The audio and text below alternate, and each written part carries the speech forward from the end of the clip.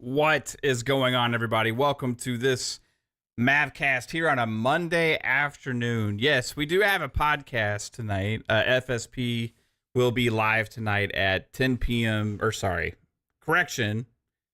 Yeah, we changed the time. 9 p.m. Eastern time. So this is not replacing that. But yeah, I wanted to go live today. There's a game I've been wanting to get to streaming. I was actually provided a code for this game via lurkit and the developers of vrising. I've been playing some. I'm still early on, but I really enjoy it. So I'm going to stream some of that later as well.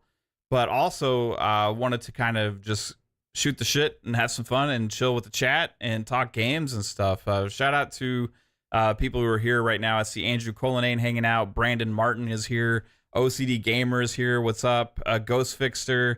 Def Leopard as well, Poison Maniac. Shout out to you and everybody here for hanging out. Appreciate each and every single one of you guys. And yeah, we got Death Lord here hanging out also. What's up, Death Lord? How's it going? And let's see. Ghost Fixer says, looking at ordering pizza but can't decide on which place. That's always a tough decision, man. And you know, it's like sometimes some places hit, sometimes they don't. So it's like a toss up each time, right? Sometimes Domino's is amazing. Sometimes it sucks ass. Sometimes Pizza Hut's amazing. Sometimes it sucks. Sometimes Papa John's is amazing. Sometimes it sucks. So you're just rolling the dice no matter what. So go with your gut. Go with your gut. And if you got a local place, I would say this. If you got a local place that makes like pizza unique to your area, you know, that you can't get like a chain place, get a local place. I've been craving some pizza also. By the way, speaking of pizza, okay, I got to give a quick shout out. Give a quick shout out to this fucking pizza because we had, like, last night was an easy dinner night, right? We had some frozen pizza last night, right? And you know, usually you know what to expect from frozen pizza. It's like, okay, you know, it is what it is. It's frozen pizza. It's gonna taste like frozen pizza. And you know, we all have our favorite frozen pizzas, and some that we like, some that we like more than others. But it's still always usually frozen pizza, right? Personally, I usually like Red Baron or, you know, there's like Freshetta. You know, that's pretty good. The DiGiorno is pretty good. You know, you got like Home Run Pizza. You got like the Motor, was it Motor City Pizza or whatever. And that one's really good too. I actually really like that one. But so something that has been around for a long time was the California Pizza Kitchen frozen pizzas. And I had it way back in the day and I didn't really like it, right? Didn't really like it. But Kate saw something about about a new one that they had. And supposedly they had changed their crust. Yeah, Tombstone's good too, Def. I love fucking Tombstone. Supposedly they had changed their crust or something in it. And it was, okay, yeah, we'll give it a go. This is like the kind of double pepperoni one and stuff. So we had a California Pizza Kitchen frozen pizza last night. And I was expecting it to be pretty good or whatever, like frozen pizza. But I gotta say, whatever that fucking crust is, whatever they did to change the crust, I am shitting you not. They have cracked the fucking code, bro. Their new pizza. Now, it's not provided a fucking free California pizza kit. They didn't change the crust? Tuscan style? Okay, whatever it is. This pizza we had last night, I gotta tell you, they cracked the fucking code on crust on frozen pizza. Because this shit was like crispy, crunchy, light, airy. It wasn't like frozen pizza crust. This was like, holy shit. Like, this is legitimately good where I actually want to eat all the crust. Like, it was fucking fantastic. So shout out to the new Tuscan style, whatever, California Pizza Kitchen pizzas. Because that was no joke. I could have literally probably eaten an entire one myself. Only we split it, right? But damn, that shit was good. Yeah, but anyway, yeah, sorry to go on a tangent there. Shout out to Jesse P. Thanks for hanging out. There's my beautiful wife, Caitlin, hanging out in the chat as well. This is, and she's the one who says they didn't change the crust. I thought they changed the crust. It was California Pizza Kitchen, man. I don't know. I don't know. Neapolitan style California Pizza Kitchen. This get the Neapolitan style California Pizza Kitchen. I wrote it off before, like, it was because it wasn't that good. The ones I had in the past, but this one was legitimately insanely good. Crack the code, I'm telling you. They're gonna keep putting the links in the chat for the pizza. Right on. Shout out to everybody here for hanging out. Appreciate y'all being here. Again, this is a Monday afternoon, and like I said, we still have FSP tonight. We'll be live at 9 p.m. Eastern time. I'm going to be playing, I guess you could call this a spooky game because it's a vampire game, so it kind of fits with the season, vrising. But also, I posted a video on Twitter, right? And this is something I wanted to kind of go over with while we're live here. All right, so we were doing our XUP on Friday, right? And if you were watching live, you might have saw us start to go off and make jokes about 3-Bit's house being haunted by a ghost, or maybe as aliens, like messing with his microphone and equipment and all that kind of stuff. And we started making all these jokes because 3-Bit started telling a story how he starts hearing voices come through his speakers and, you know, all this ridiculous 3-Bit kind of stuff sometimes. You know, he always makes excuses for things, whatever, right? Shout out to 3-Bit. And so we were just joking, kind of giving him a hard time about it, laughing about his story.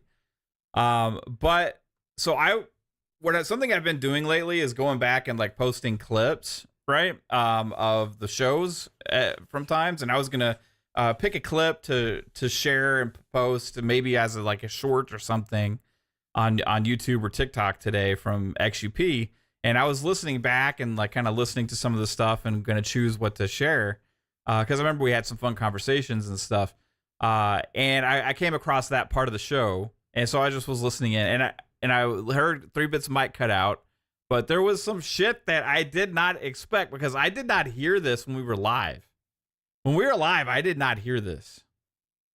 But I heard it when I was listening back because I was sitting here with my headphones on. I had my fucking audio up and all that shit. And I heard this. I was like, what the fuck? And it legitimately freaked me out. So I decided to post that as like, and that whole conversation, it won't fit as a short or a TikTok. It's like 5 minutes long, right?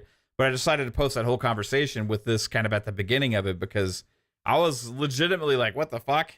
It kind of freaked me out. I had my daughter come in here and listen in, and she heard it. I had Kate listen in, and at first she didn't hear it. And I was like, listen for the like breath. It sounds like an exhale or whatever. And she like had her headphones on, and she listened, and she was like, what the fuck also? Right, so I sent it to our DMs and stuff, like telling the guys, like, "Hey, I actually like heard something when we were listening back to 3-Bit's fucking microphone, and it legitimately sounded creepy. I don't know what it is, right? I don't know what kind of shit. You know, I always have the EVPs and stuff. Well, this sounded like that. So I'm gonna share. I want to play this, and I want to get your guys' thoughts. All right, I want to get your guys' thoughts. I'm going to try and I'm going to turn up the audio a little bit. Now, again, I did increase the audio level here, but I didn't edit anything. I didn't like add anything. I added like the foggy, spooky effect and added the words ass so like people knew when to listen. But I didn't add like any sounds or anything like that, right? Also, for proof of that, you can go back and watch the live show at the 16-minute and like 25-second mark. 16-minute and 25-second mark, and you can listen to that because you can hear it actually on the live show too. So I'm gonna play this.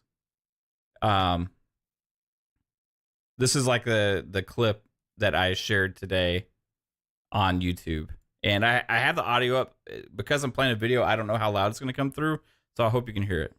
For the most part, I feel like it was presented way better. But they both had the same goal, which is to show, third party, their relationship with third party.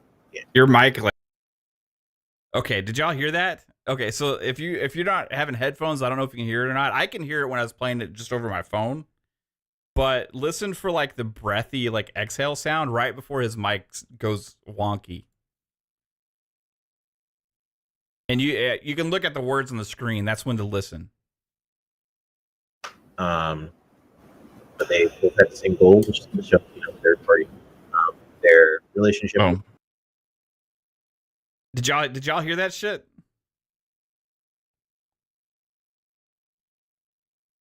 Fucking legitimately. it was not, Jesse. That would be a weird one. But the legitimately kind of like was like, what the fuck was that when I was listening? Because I was listening for his microphone. But they both had the same goal, which is to show third party their relationship. And like I said, you can listen to the live show also at the 16 and 20 minute mark on XUP for last week, and you can hear it also. I elevated the sound slightly on this just so you can hear it, so it comes through a little bit clearer. Relationship with third party.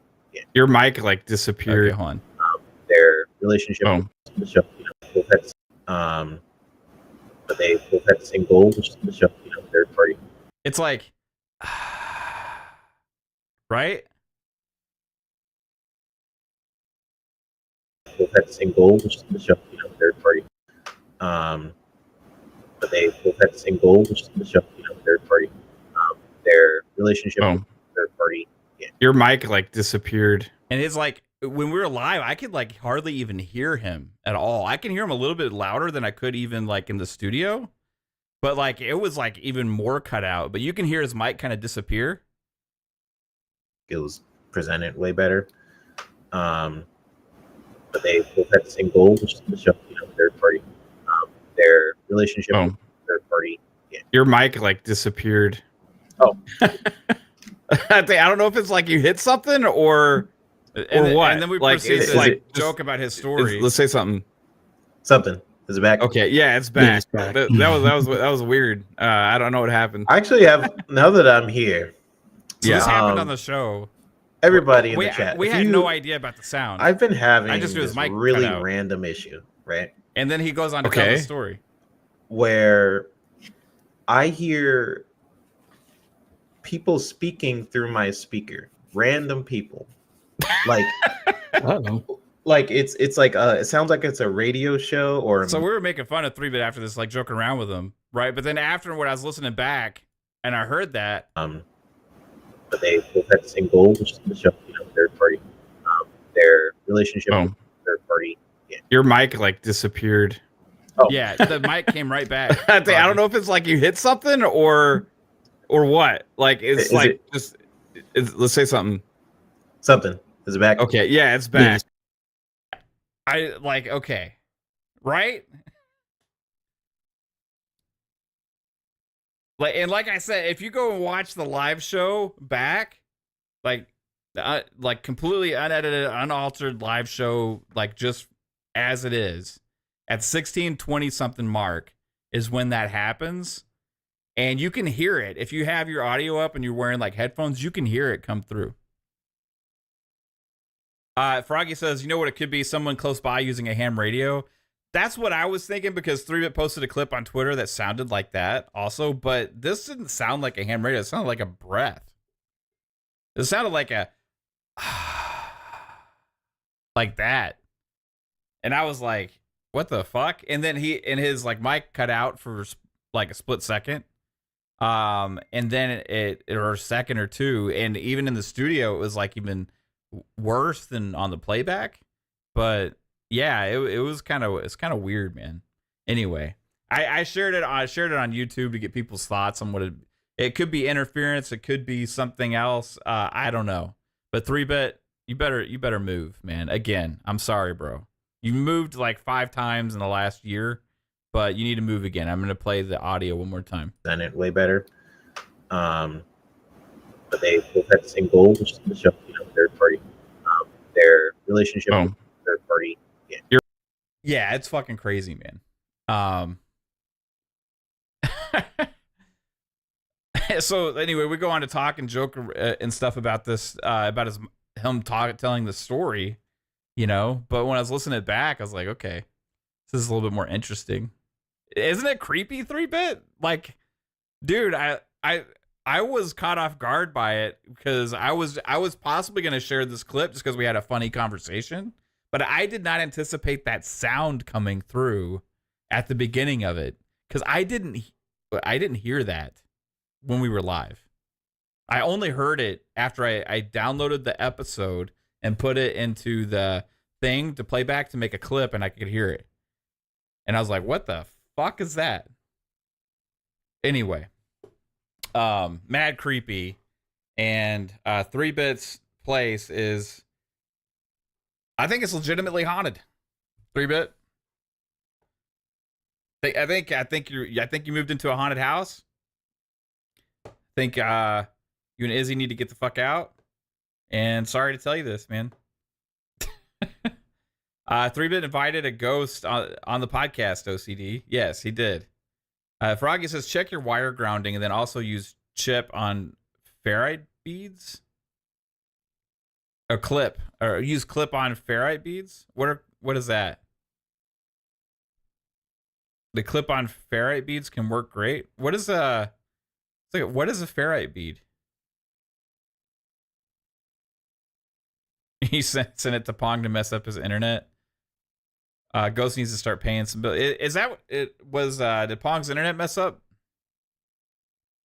Pong having internet problems? Did you send the ghost through the waves over to his house? Pretty crazy, man. Yeah, gaming wise, it's kind of a light news day today. Tonight on FSP, we're going to be talking about Call of Duty. How this might be the biggest launch ever for Call of Duty. This thumbnail that Kate made for tonight's show, love it. And we'll have some conversations about that tonight. Again, we're going live at 9 p.m. Eastern time, and we'll have some fun conversations. I think this is going to be the biggest launch of Call of Duty.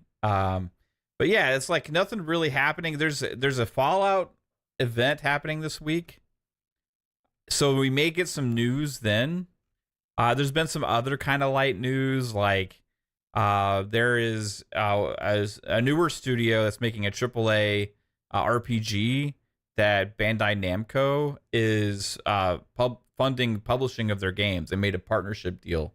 So Bandai Namco, who's off the heels of these other news where they've like kind of canceling some of their other IPs and projects, mainly possibly some licensed IP from like the anime realm and stuff like that. Supposedly now they're working with this new developer, a AAA developer, and going to be publishing some of their games. I forget the name of it. But it sounded intriguing what the studio was and what they said the game was. Let's see. Yeah, action RPG codenamed Dawnwalker to be published by Bandai Namco. This comes from the way of Gamatsu. A dark fantasy action RPG Dawnwalker to be published by Bandai Namco for PS5, Xbox Series, and PC. Rebel Wolves is the name of the studio. Rebel Wolves, a studio comprised of former CD Projekt Red devs, has signed an agreement with Bandai Namco to globally publish its story-driven dark fantasy action RPG Dawnwalker, both physically and digitally, the company announced. Rebel Wolves is a new studio built upon solid foundations, a combination of experience and fresh energy, said Rebel Wolves' chief publishing officer. Bandai Namco Entertainment Europe, a company known for its declaration to the role-playing genre and willingness to engage with new IP, is a perfect match for our wolf pack. Not only does it share our values, but also its track record in publishing narrative-driven RPGs speaks for itself, further adding, we're looking forward to working with them to bring the first chapter of the Dawnwalker saga to gamers worldwide. So Bandai Namco says this is another key milestone in our content development strategy for the Western market. By combining our strengths, we will deliver the first game of the studio to a worldwide audience. We're excited with the universe being created by Rebel Wolves, thanks to their extremely talented team of devs, resulting in a great addition to our portfolio. Dawnwalker is described as a dark fantasy narrative sandbox AAA action RPG set in medieval Europe. It is built on UE5. More information about the game will be announced in the coming months. There's been a lot of feelings that this game is going to be shown for the first time at the Game Awards this year. So we might actually see this game for the first time there. But right now, I think this image is all we have really to go by. So don't really know. But hey, a cool art there. Now, if you're talking about the history of Rebel Wolves, again, CD Projekt Red was the studio that most of these devs came from. And hey, that's some pretty damn good pedigree when you talk about AAA Western RPGs. I mean, you're talking about Witcher, talking about Cyberpunk, stuff like that. So whatever this new game is could be interesting. And I do like the fact that Bandai Namco got involved with the publishing because, as you saw with the announcement there, this game is coming to PlayStation, Xbox, and PC, all hopefully at launch. Hopefully there's no other kind of deals being placed, but that's usually not Bandai Namco's style. Sometimes they do deals like that, but it sounds like this is going to be a multi-platform game for sure, and another RPG making its way to us as gamers from some really talented ass developers, and knowing that they have the support of a big publisher behind them for a newer studio kind of erases some of the concerns sometimes you have when new studios come out and start making their games, because usually, okay, is funding going to be a problem? Are they going to have to rush it out? Are they going to have to do a smaller experience? Is it going to be a little janky or what, because they don't have the time to optimize as well? All these things. But so having a bigger publisher like Bandai Namco involved, I think usually kind of spells a better result for the game. And we can look at another example here. Now, this is not a new developer, but GSC Game World at making Stalker 2. If they didn't have Xbox involved, what would have happened with that game? Right? Now, people want to try and criticize Game Pass deals or Xbox and all these other kind of things all the time. But really, think about it. What would have happened with Stalker 2 if Xbox wasn't involved with that? Hopefully, it would have actually come out and done and still done well. But I think with them being involved and having a little bit of the backing from Microsoft there has hopefully helped that studio persevere through all of the things that they've had to deal with. And early game previews for Stalker 2 are talking about that is a potential Game of the Year candidate, which sounds pretty awesome, which is another Unreal Engine 5 massive. Now, this is maybe technically not an RPG. I don't know if they consider it an RPG, but it's definitely got RPG elements in there, talking about branching paths and quests that go off on tangents and all these other kind of things. So I'm really looking forward to that game. Obviously, we have more games looking forward to for next year. Next year is going to be a crazy year for RPGs. We have Avowed coming out. We have Fable coming out next year, supposedly as well. At least that's when it was announced to come out. So next year on Xbox with RPGs is looking crazy. Then you add in another game like Atomfall, which they just there was another preview shown recently of Atomfall where they kind of went into more of a deep dive on what the game is, and that game looks pretty damn massive and interesting also. So, and that's by Rebellion, another game that's coming to Game Pass day and date. 2025 is going to be absolutely fucking crazy. As good as 2024 is, with the crazy amount of games we have coming up here in the next couple months, starting this week with Call of Duty Black Ops 6. Then next month we have Stalker 2 and Flight Sim. Then following that up, we have Indiana Jones in December. Also this month on the 31st, we have Dragon Age Veilguard hitting. But if you talk about Game Pass specifically, those other four that I had just mentioned, it's pretty crazy. Now, 2025 is looking even crazier. The Avowed, Doom the Dark Ages, Fable, South of Midnight. We had two more Game Pass day and date games, or maybe not two. Actually, it was more than that. Maybe it was three, because you had Subnautica 2, you had FBC Firebreak, you had Chronos from Bloober Team as well. Several games announced going to Game Pass day and date for 2025, on top of the ones we already know about. Pretty damn crazy, if you ask me. 2025 is going to be pretty fucking nuts. So, Finite Rich says, oh no, my COD update was 125 gigabytes. Yeah, I saw that trigger last night. Yeah, and that Call of Duty comes out in 4 days. Again, we're gonna have some big Call of Duty conversations tonight on FSP. And we gotta ask if 3-Bit's gonna be there. I hope you're there tonight, 3-Bit. If not, it's fine. But if you're there, we're gonna talk more about your ghost situation tonight on FSP as well. Because yeah, that was crazy. Maybe I'll play that clip later tonight also. JB1521 says Kazan did feel good, pretty much Dark Souls. Yeah, that's another Souls-like game. Wu Chang Fallen Feathers, that's another one that's coming out. Speaking of 2025 Game Pass day and date games, Wu Chang Fallen Feathers, another one. And that game showed really well at the partner preview. It was absolutely awesome looking. There's just lots of great games to play. Yeah, Chronos wasn't Game Pass, so I take that back. I remember now that Chronos wasn't Game Pass. Atomfall is, FBC Firebreak is, Subnautica 2 is, Wu Chang Fallen Feathers is. I think that Wheel World game was Game Pass day and date also. Anyway, just interesting. JB1521 says, why are they so worried about if COD sells or not?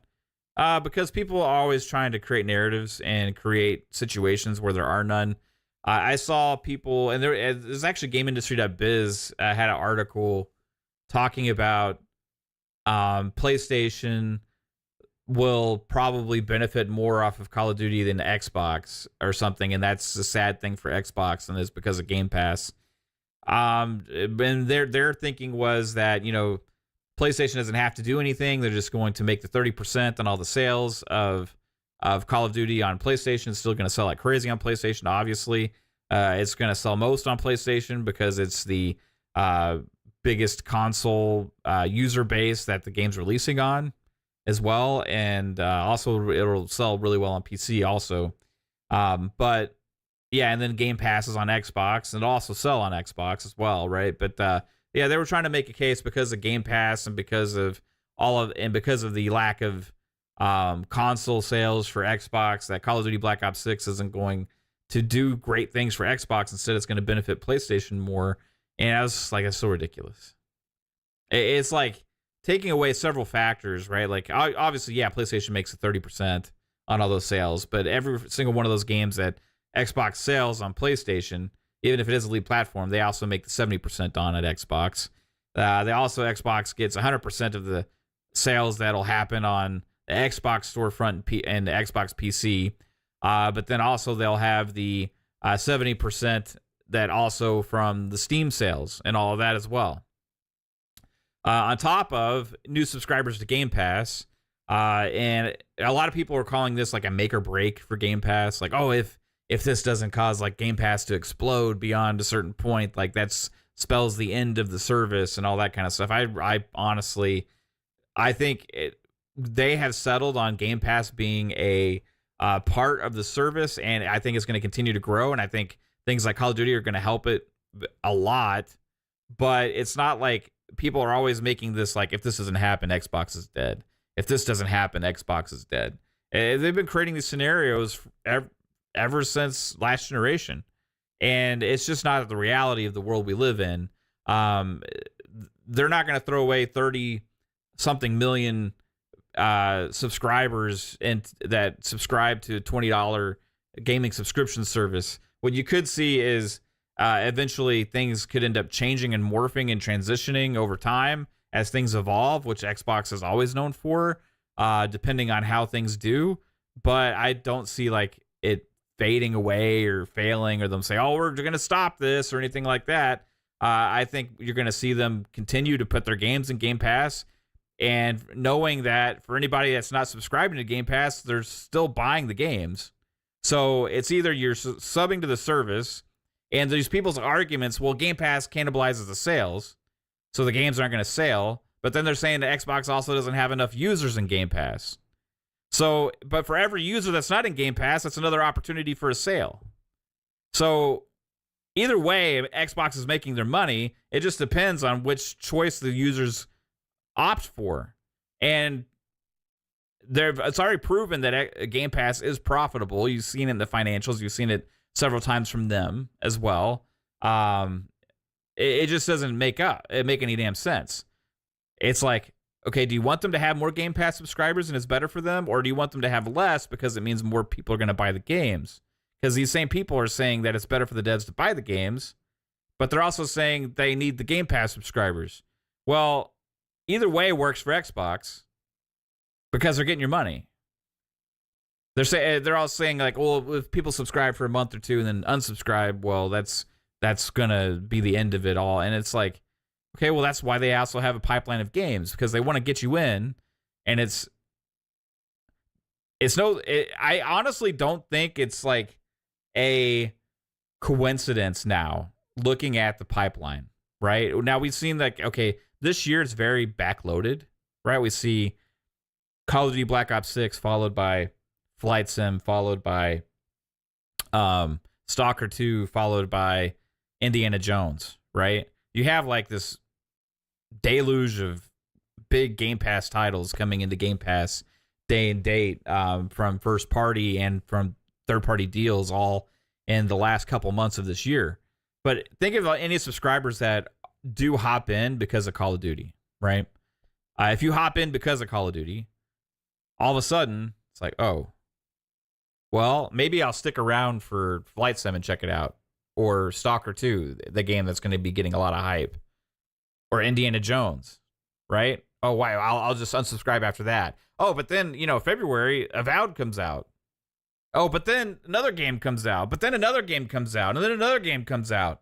Like, that's the point of the service. That's the point of having day and date big titles hitting the service, is to try and hopefully convince people to stay and also play more games. It's also been proven that more gamers that subscribe to Game Pass actually play more games and more variety of games.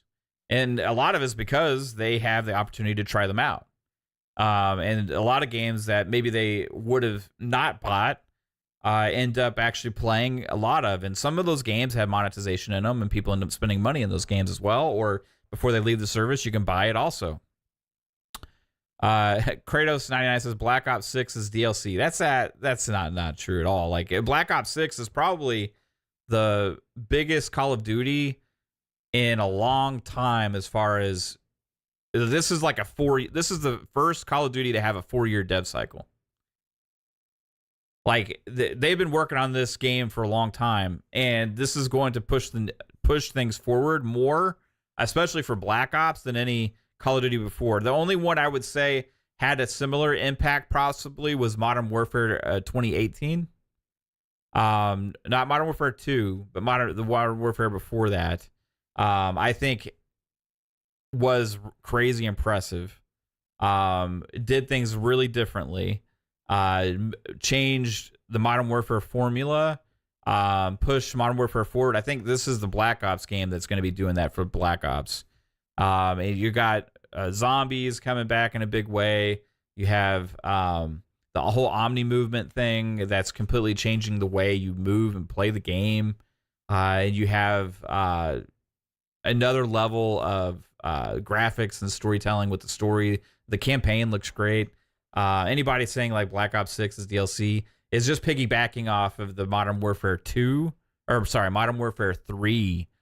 complaints, because Modern Warfare 3 was pretty much like an expansion that was morphed into a full game.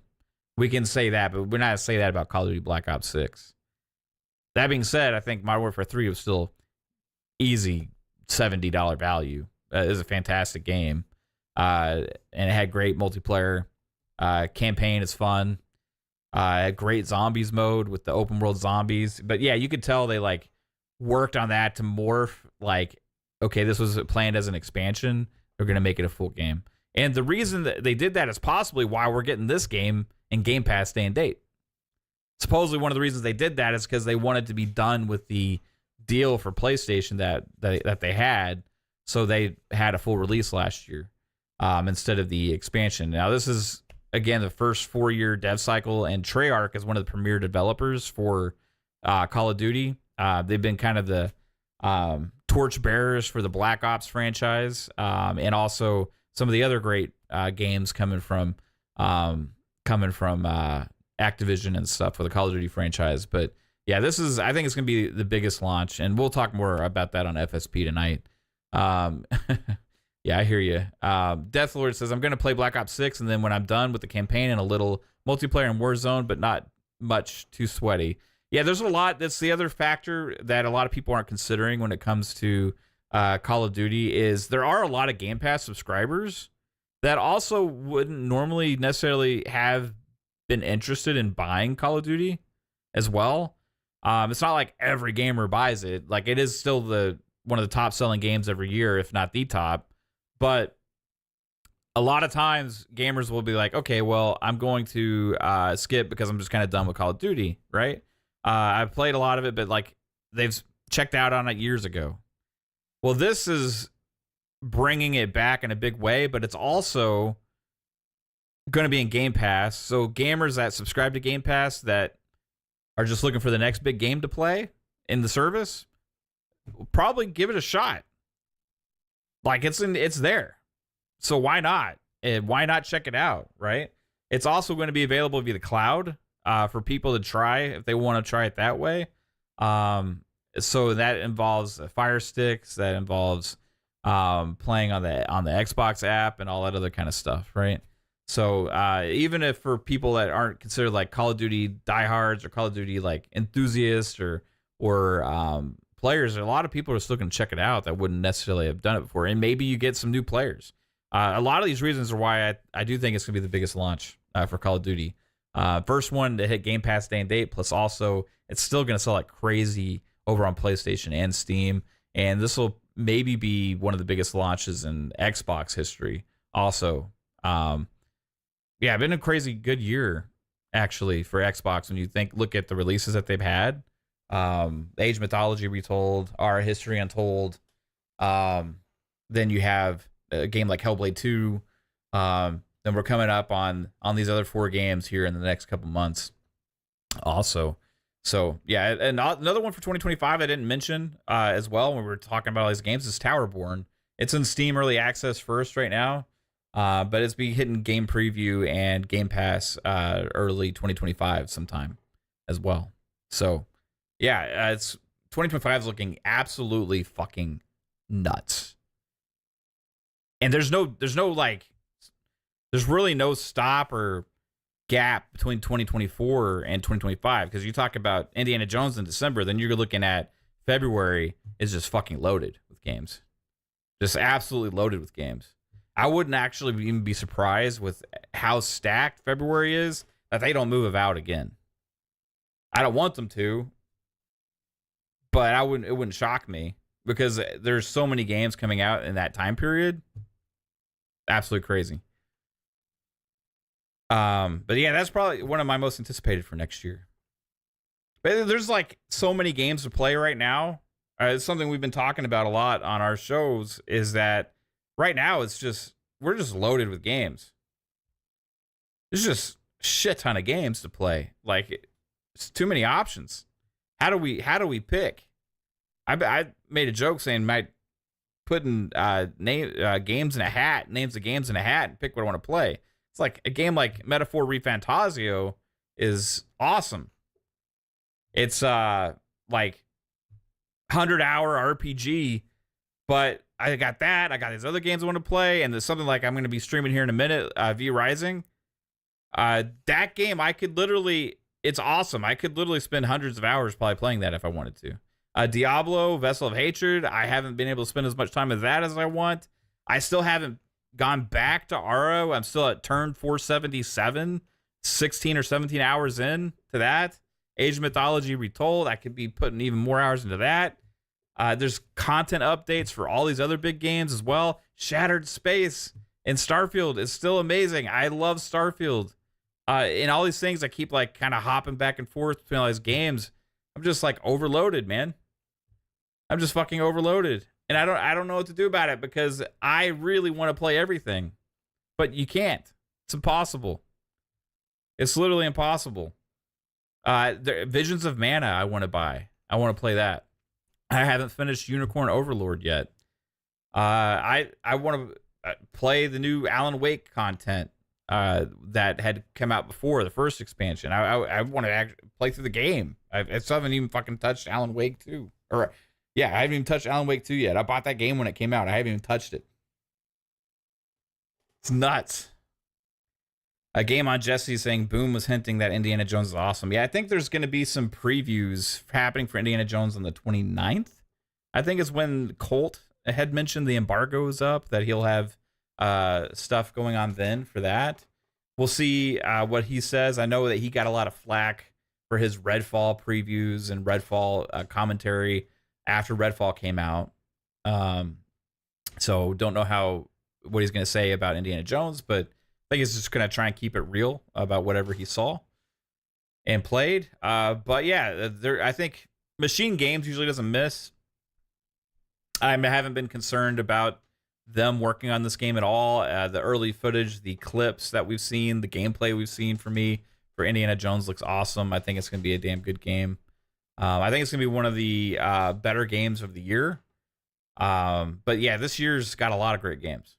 So, but it is interesting because of the backloading of the titles from Xbox, the bigger games that they have, and I'll include Stalker 2 with this because of the partner deal they made, and it's going to Game Pass, so it's a console exclusive for at least a little while. I don't think they're going to have a chance to show up at the Game Awards. I don't think it's going to have a chance to show because it comes out on November 20th, right? Indiana Jones comes out in December. They're going to miss the Game Awards cutoffs. So again, the biggest games of the year come for Xbox are going to be kind of missing that mark. But I still think, it'll still say something for the people playing the games and the word of mouth and how awesome these games are at one of the busiest gaming times of the season for sure. Let's see here. I saw somebody say something I wanted to get to in the chat. Avad won't be Game on Jesse says Avad won't be moved. Microsoft knows how much heat they would get. Yeah, hopefully it doesn't, man. It wouldn't. I don't think it will either. I'm just saying it with how loaded February is. It wouldn't surprise me. Let's see, Guidember Sopa King member for 15 months says thoughts on Sony getting denied by Pearl Abyss. So that was something about was it Crimson Desert coming out and saying that they had a offer, and this kind of got leaked somehow, I think, from some kind of report or some kind of discussion or something was mentioned or whatever. I don't know where the information came from, but I saw about this where they were offered an exclusivity deal by Sony that they passed on and chose to do self-publishing because they decided it would be more profitable for them in the long run. And this was the thing that hey, good job, right? I'll say this for any of these developers that feel like they have a winning product, right? Now, some don't have a choice. Like, it's like, well, we need a deal, right? Some developers just need a deal, right? They need the help, they need support, and maybe PlayStation is the only one that really offered it, right? And PlayStation a lot of times has the exclusivity clauses or whatever because they want to be able to market these games and push them and make them a part of their like lineup, right? They've done that a lot with Square. I criticize not PlayStation for doing this, but I criticize Square a lot for taking those deals and then complaining about the success of their games. It was just repetitive, like, oh, our games aren't doing good enough. Well, what if you sold it to more people, Square? How about that? How about you stop sabotaging your franchises and actually build fan bases on other platforms that then will look forward to other games? You already see how this is working for Sega and Atlas and other studios as well.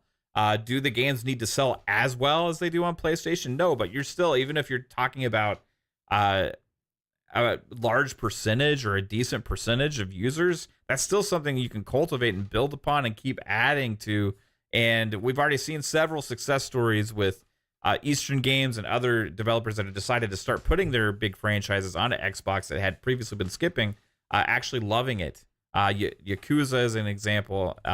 Persona now. You see Square actually getting on board. the reports of the not Dragon Quest, but the Final Fantasy master pixel remasters actually selling well on Xbox. Like you're gonna see this, and it's cultivating fans. So guess what? Now, next time you have a bigger release, people might be excited, right?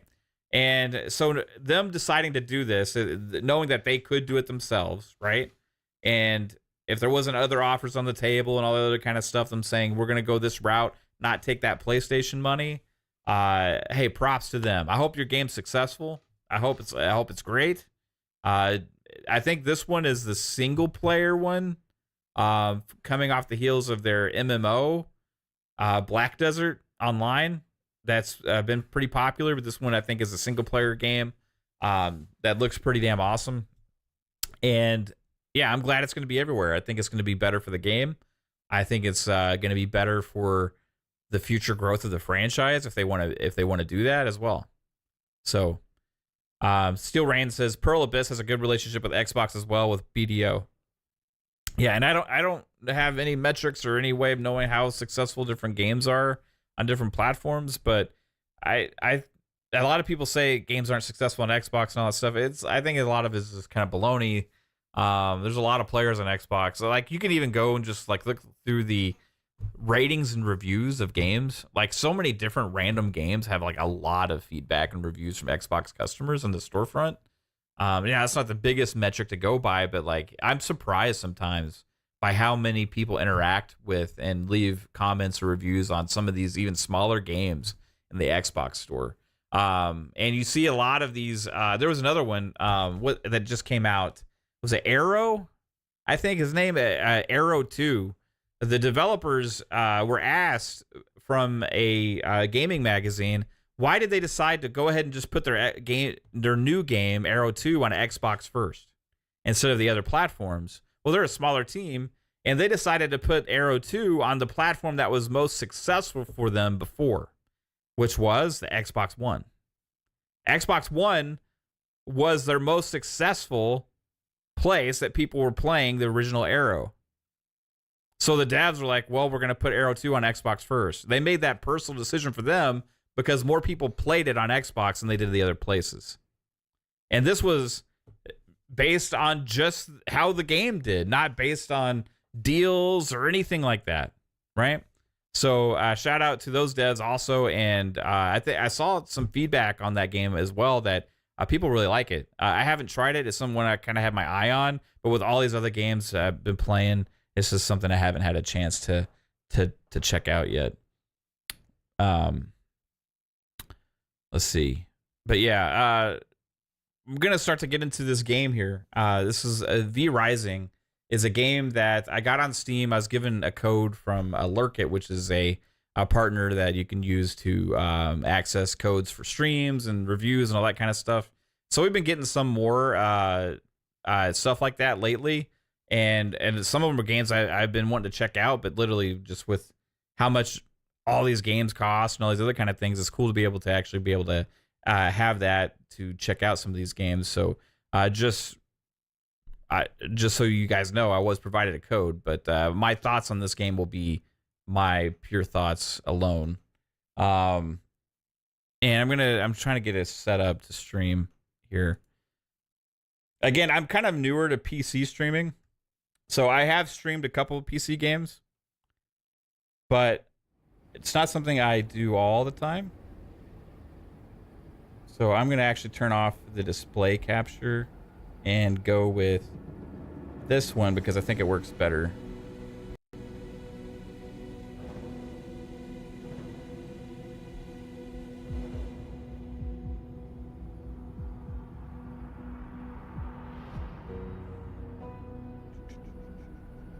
We go.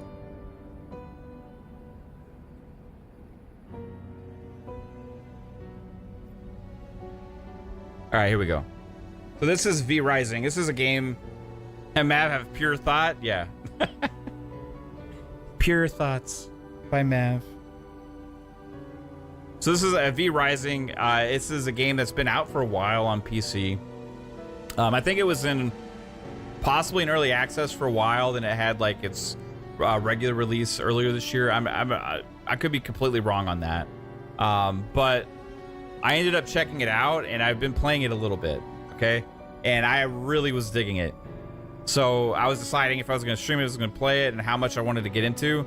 I got into the survival elements, and then I was like, okay, maybe it wasn't as for me. Then I went and played it again, and I started picking up on it and really started enjoying it. So we're here kind of still early on in the game. I maybe been play like an hour, kind of got through a little bit of the intro. I play with controller as well. You can play this game obviously with mouse and keyboard or controller, but I play with controller, and it has awesome controller support. So if you are curious about that, it does handle well. It's kind of like ARPG meets survival. And you make a vampire character, you walk around, you can suck the blood out of animals, and you kind of get different strengths or abilities depending on what creatures you take blood from. But yeah, I love ARPGs, and it feels good, plays good, man. Like, if this was just a pure RPG in itself, without all the survival stuff, I would be into it just for that. But it does have all the other survival elements. Like this camp. Oh, if you go into the light, you will get hurt also. So there must be too much light here. Or why am I bleeding? Why am I losing? Was there too much light? So I built this like house thing here. You make new equipment like a survival games. You'll make like weapons and armor and all that shit. So I got my equipment here. I've been kind of improving. I got the sword that I just made. You got your maces and all that shit. So you can kind of improve this base and get new equipment and stuff. I got this thing over here harvesting fucking wood for me that I made. So I can harvest wood over here. Let's see, I'm gonna bash. I don't think I can. This isn't working. My attack level's too low for that shit. Really easy to harvest shit. You can just like whack at it.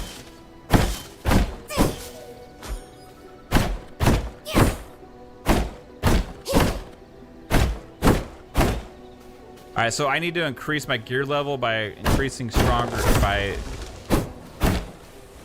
stronger equipment. So that's where I left off.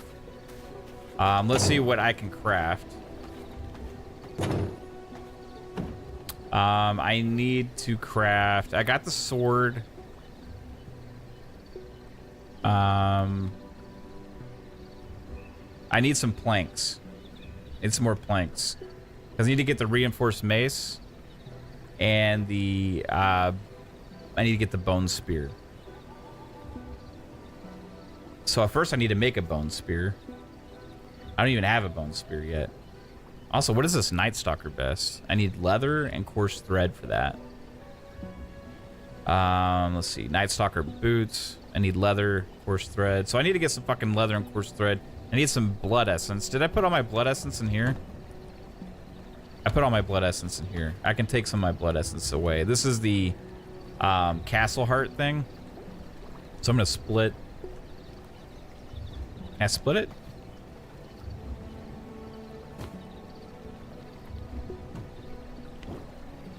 Okay, I'm gonna split it here. And then I'm gonna put the other blood essence back over there. Okay. So there's that. So I should be able to craft this bloodbone ring. So I'm trying to get that next thing done. So I have that. Let's see, 17 out of 20. Okay. I need to do. Man, what do I not have the? What if I... See, these are all plated.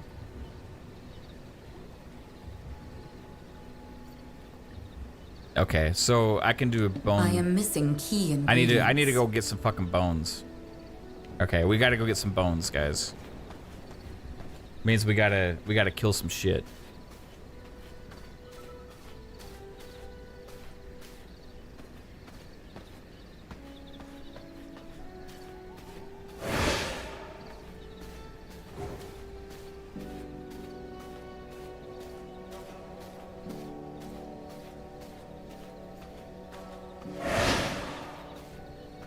Here's 10 bone. We got a deer.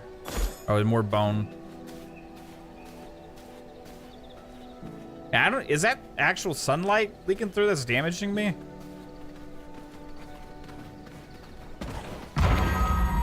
Oh wait, that's the counter.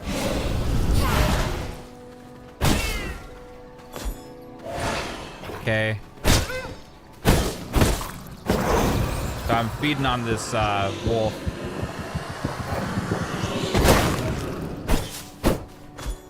Gotta hide.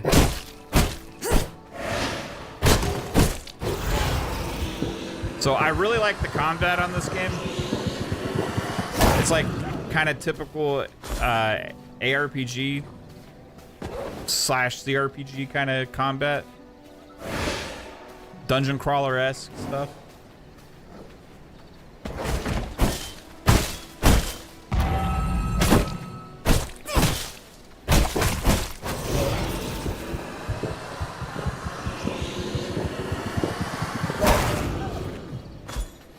So that's how you harvest blood essence. All right, we got this rock. This is get stone from the rocks. You can, yeah, can you feed on ponies? Yeah, you can feed on whatever you want. Now I'll say some of those might have some tainted ass blood. Might be a little toxic. Might not want that. Might turn you into one.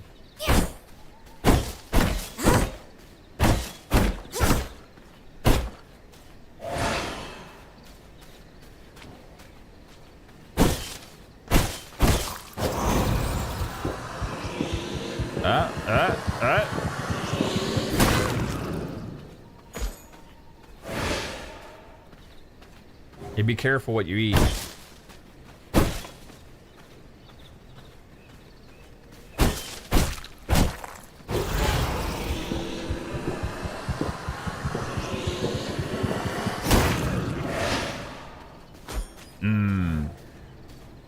What is this fucking thing? Hold to teleport. Okay, this is a teleport. Yeah, so I had set up a teleport at... Oh, is that the only one I've seen so far? The only one I've unlocked? Okay.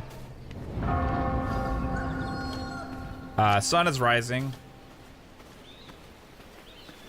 So that means I need to stay in the shade.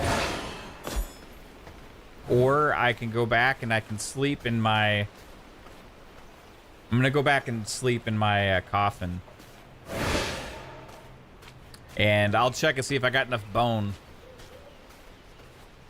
Now some of these things, like the simpler things, you can craft without... Oh shit, see, I'm gonna be taking damage.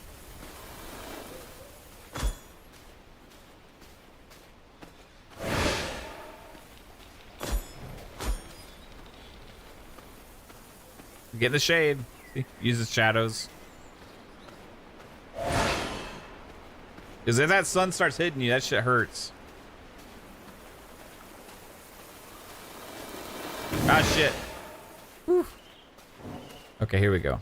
I made it home. Now, I have this thing in here to create a mist that I can turn on and off.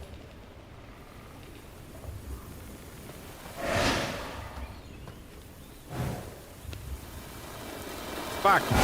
Ah!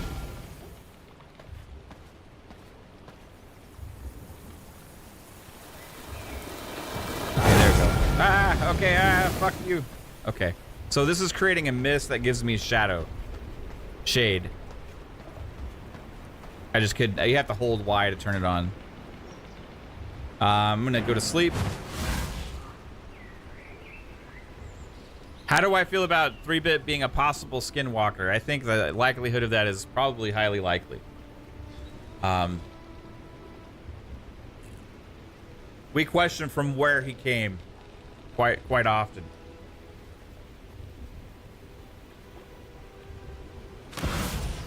pleasing slumber. I don't think I slept enough, but I'm gonna go to the workbench. Now it says I need. I don't have copper, obviously, but I need to do this reinforced bone shit. So I need planks, and I need well, what do I have here? Is this a regular bone mace? Okay. So I need some planks for that. So planks I get over here. I gotta have to stay in the shade. I should have put my fucking sawmill somewhere else. So we're gonna have to put some wood in this motherfucker. Oh shit.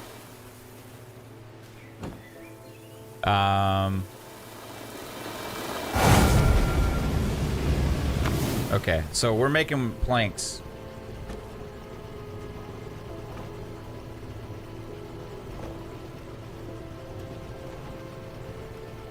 If you need health, you can, like, I have rats I picked up. I can just grab a rat and eat it. There's also hearts. So you see my health going up. Okay, what do I, is this is a, so that's the reinforced bone sword. So I just have a bone axe. So I need to improve that to reinforced, and I need to improve my mace to the reinforced.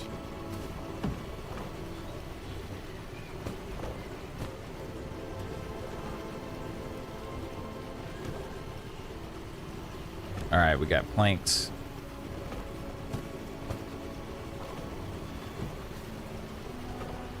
Let's see, how many did I need?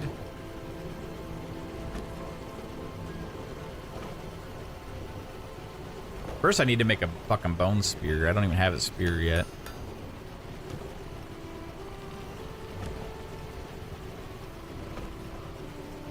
And do I have boots on? Okay, yeah, I've already improved these things.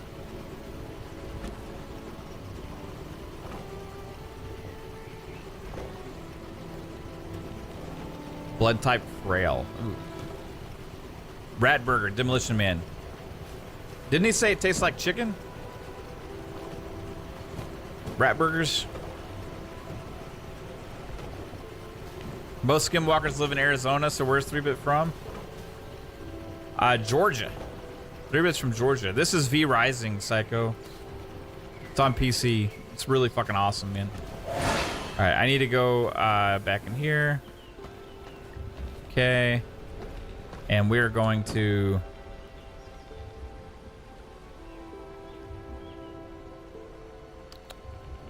Alright.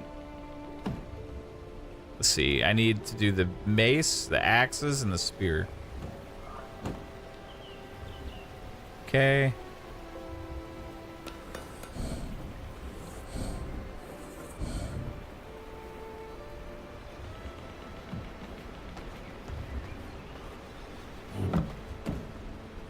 Pick that up.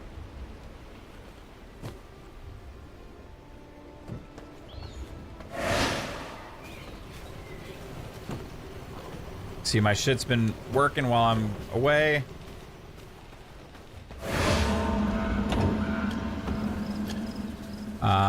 We got axes.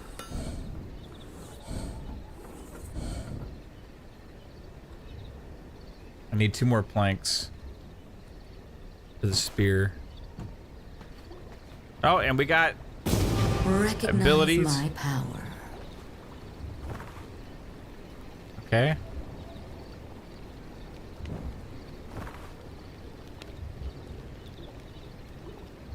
So you can also play this multiplayer. That's another thing I didn't tell you guys. I'm in a private server, but you can play this like multiplayer and open servers, and you can join random servers and shit.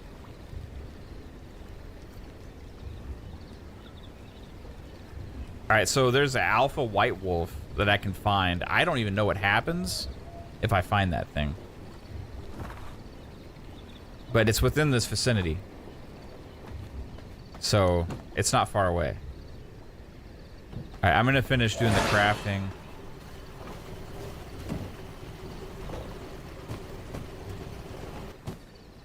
All right, sawmill stop. Reinforced bone spear.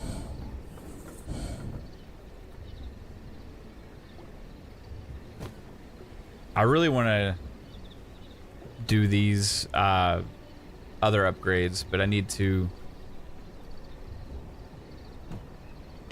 do this other stuff first. All right, so we have new axes, mace, and spear. We're good to go.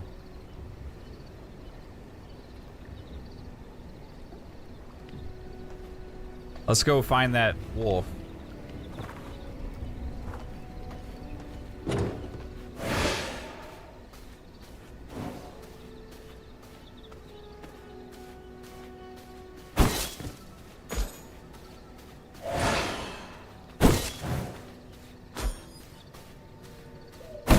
Maybe 3-Bit got cursed by a voodoo priest, or priestess just accidentally walked into the wrong shop. Yeah, possibly. 3-Bit's house is haunted. That's all we know.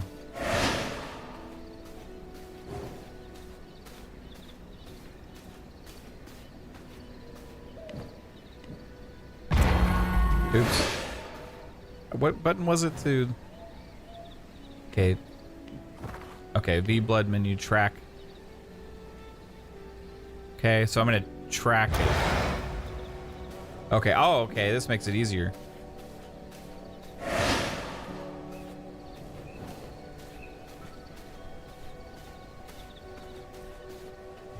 Go back to my sword.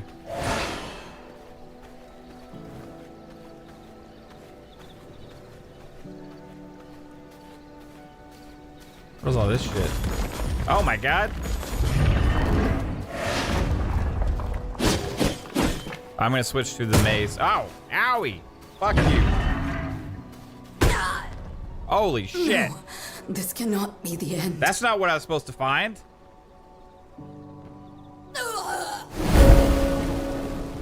This is the first time I've died. So I got... what the fuck? I thought I was supposed to find a wolf. Okay, I need to go get my shit. Was that it? Was that the thing I'm hunting?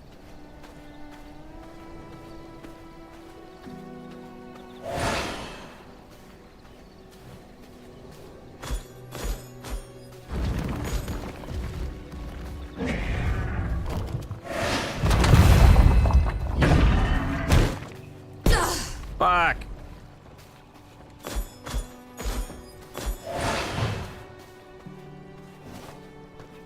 I want to get my stuff.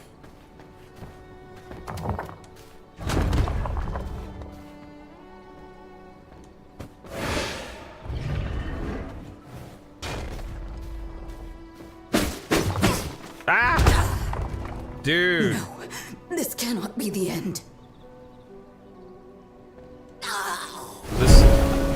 Level 36. I don't think I can kill that thing. I think I gotta avoid it.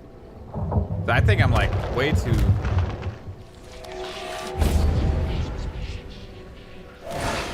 Am I way too low to fight that thing?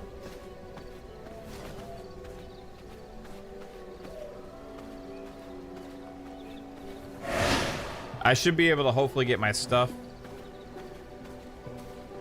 quickly here. Okay, I need to take a second.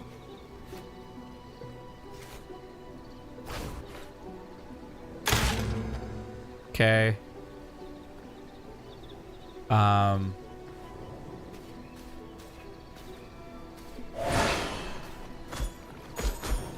Yeah, that's not the guy. That's not the thing I'm supposed to fight yet. So I'll avoid that fucking thing.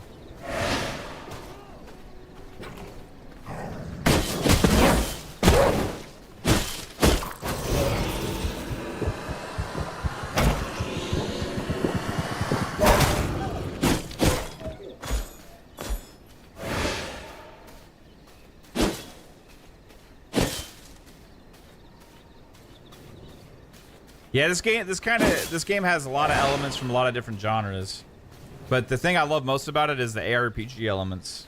The way the world is, like the way the combat is. I like the whole vampire concept of feeding off these things to live and survive. Did I miss? Okay, this way still. Fuck. I gotta go around this shit. It must be on top of the hill, so I need to go up.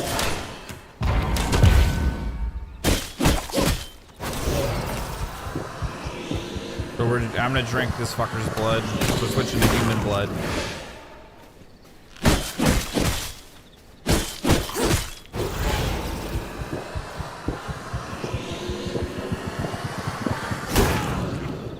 Yeah, this game's really fun. Like, this is what I'm talking about, though. Like, I could probably play this game and just be the only game I really get into and invested in, and play it for like a year, and be like, well, I'm a vrising player, right? Ow.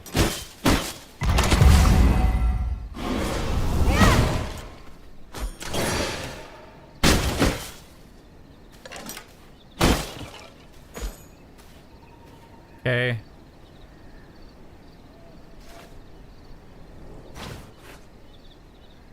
Oh, I guess I gotta keep going that way.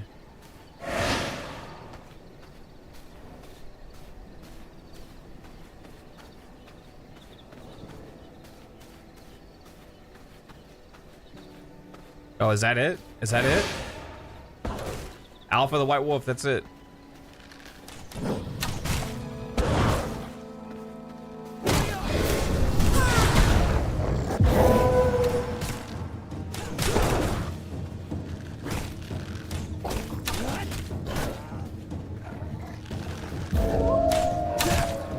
Let these fuckers take themselves out.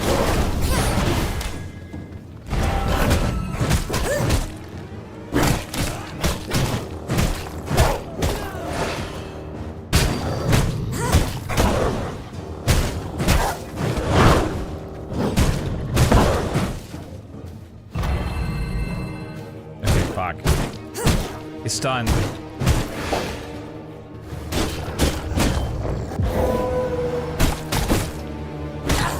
Ah, shit. Whoa, whoa, whoa.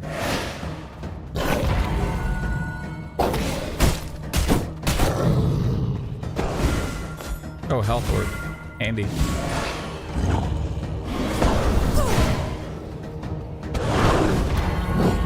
Come on, bitch. Here we go. Got him.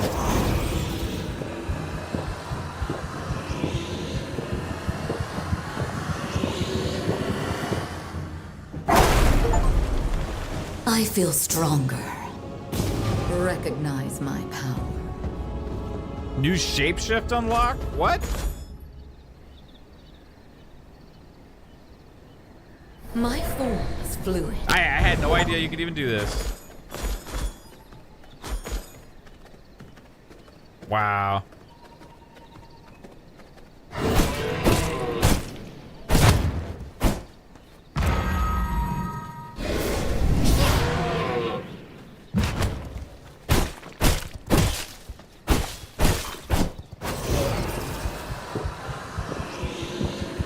I want that moose blood.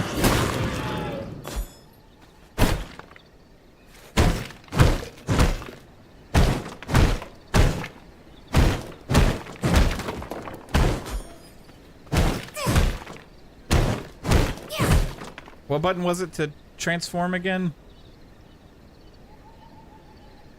Oh, I gotta view my reward. Yeah, wolf form. Okay. Was it, forget what fucking button it was that they said. What button did I press to transform? X.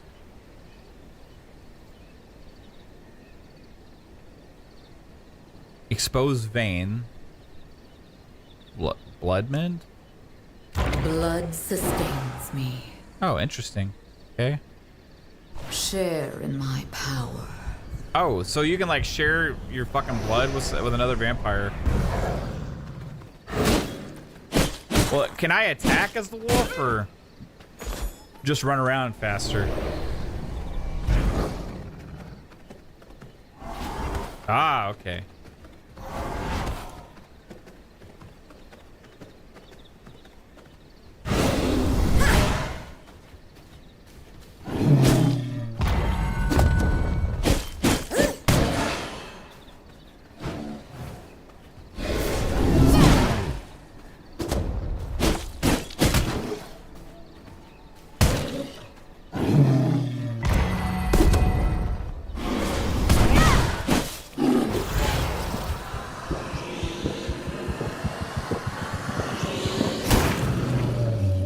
Yeah, that shit's cool, man. The game just got cooler. Turn into a fucking wolf.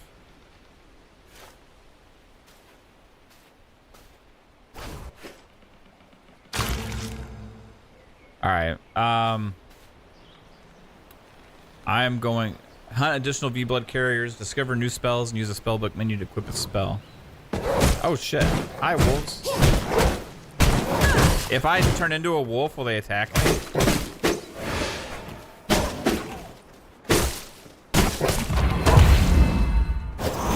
That's like a counterattack.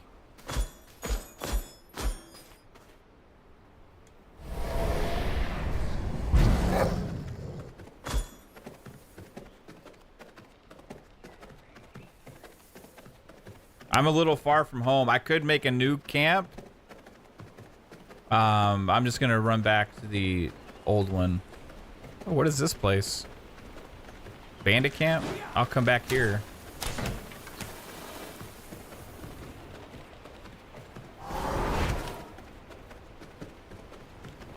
Okay, that's a good pathway. We're gonna, oh, not you, motherfucker. We're gonna be coming back to that bandit camp. Do I think I'll be able to beat Stalker 2? The question is, not can I? It'll be, will I be committed to it? That my problem is not being like the difficulty of the games. It's like the patience level or the FOMO I have for playing something else, or just always wanting to get into the next game, right?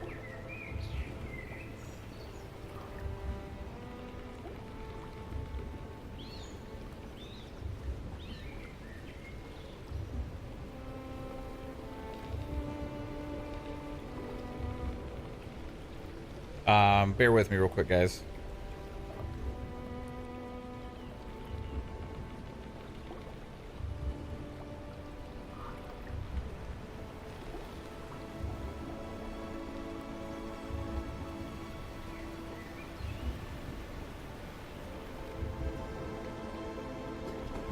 All right. Let's take a little nap.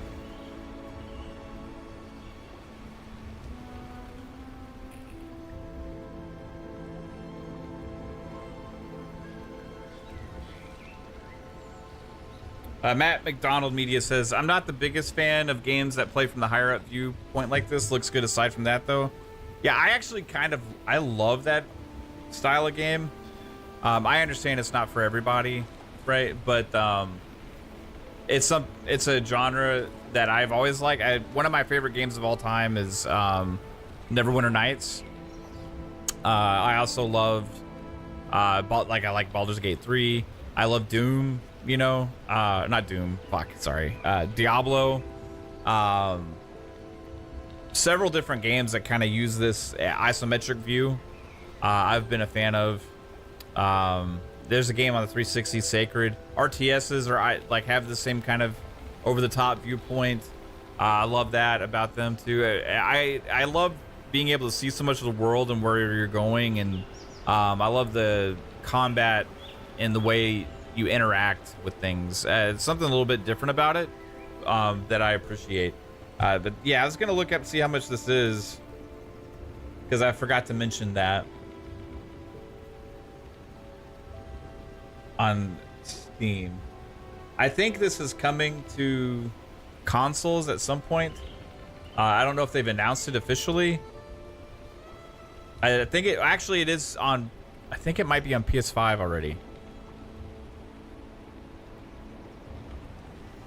I think it did come out to PS5, but it's not on Xbox yet. One that needs to be on Xbox. Let's see. Yeah, this is $34.99. But they also have a Castlevania a bundle.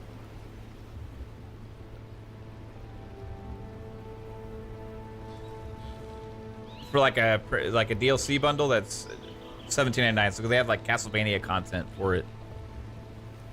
So to get everything, it's like $50 roughly. But yeah, $34.99 for this game. And yeah, I think it's on PS5 and Steam right now.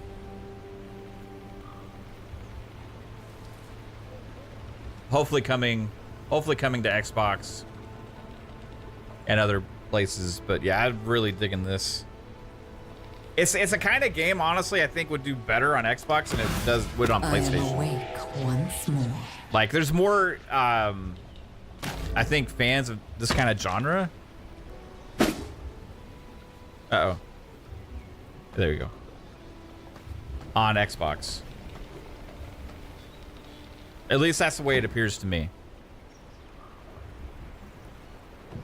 All right, so we need to hunt additional V-Blood carriers. Oops. And that was with... Okay, so we did that one.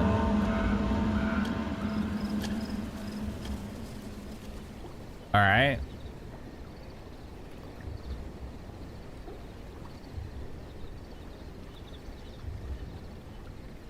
So we can hunt this guy.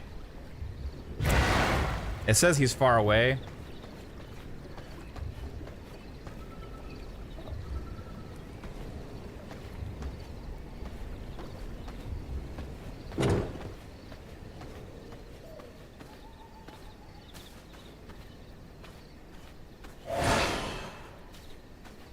I'm gonna turn into wolf so we can move a little quicker.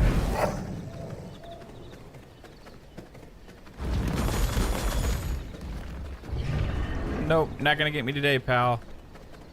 We're gonna go through that bandit camp. I gotta take out these fuckers on the way. You can't go through a bandit camp and not go back and destroy everything.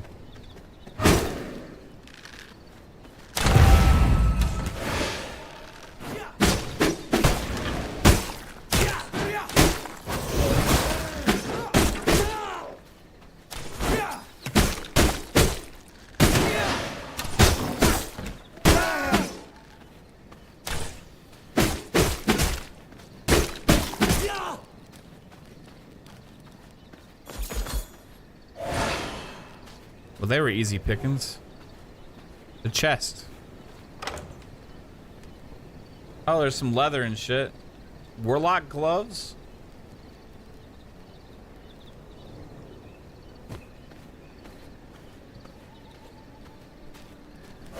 Oh, hey, you looking for your buddies?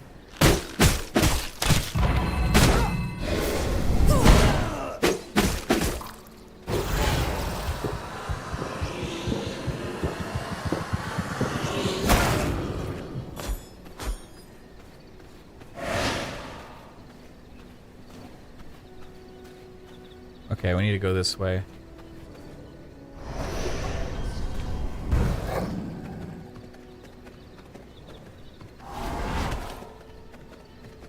Tracking another thing.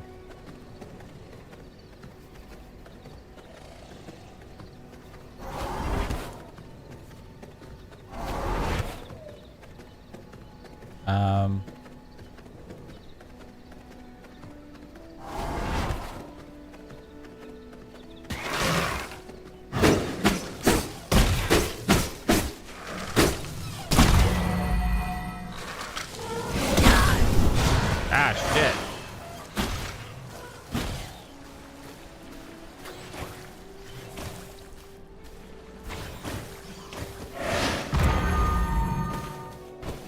I I need to eat some fucking.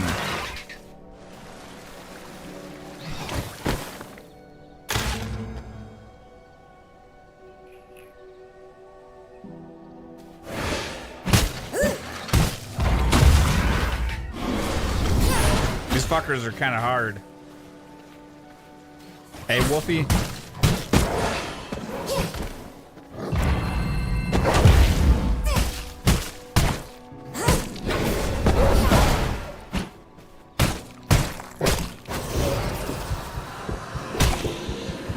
I need your blood. Fuck. Death is not the I should have end. aborted.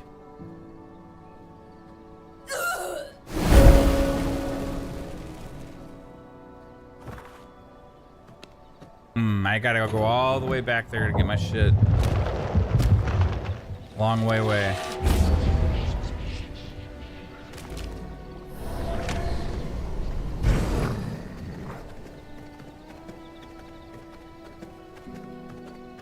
Right in the middle of that plant area. Those fucking plants were ridiculous.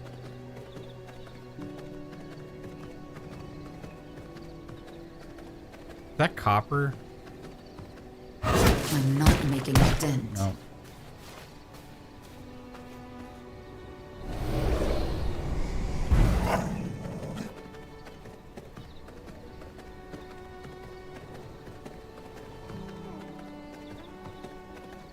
Yeah, I'm hoping this ends up making its way to Xbox like sometime next year. Because this is a really good game. I would play this on console for sure. It works really well with the controller.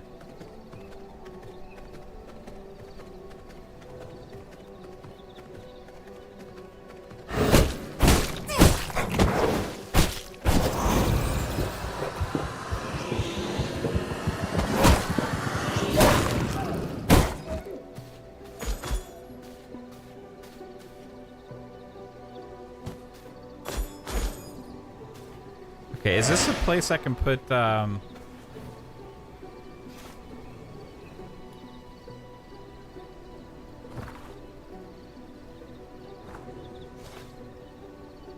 Okay, how do you bring up...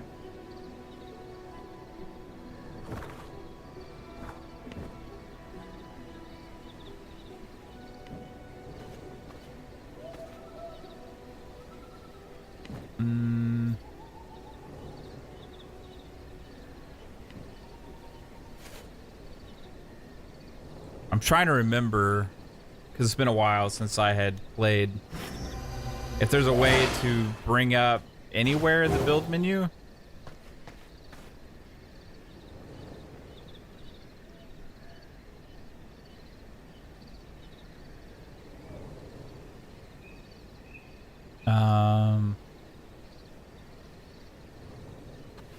If anybody has played this and you remember, oh, here we go. Okay. Yeah, I'm gonna go ahead and build a castle heart here. This seems like a... The castle heart is starving. I must feed it. decent enough place. You can just like build floors and shit. You can clear out the trees and everything to make obviously make it better. Okay, I'm going to, so I don't want to have to keep going back, right? I'm gonna give it some blood essence. Clear out this shit.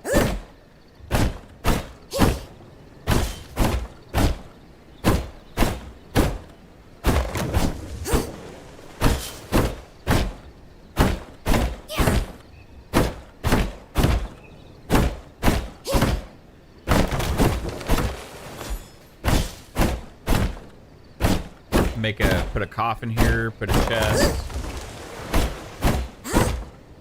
some walls.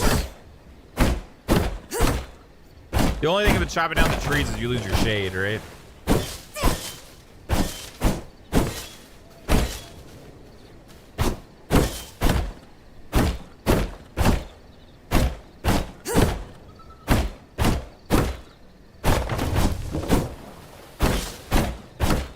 But that's where that other thing comes in, the mist thing.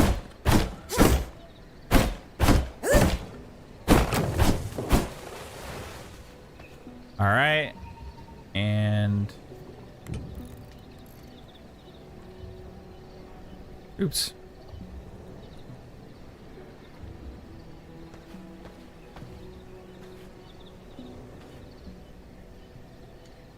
All right, we're gonna build some walls. I'm not trying to build the most fancy structure here.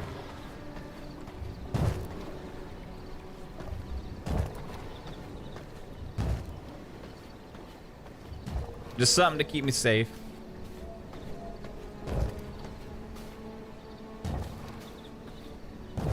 Put 2 doors on this fucker.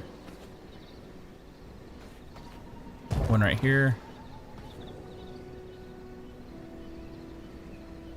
And one right here.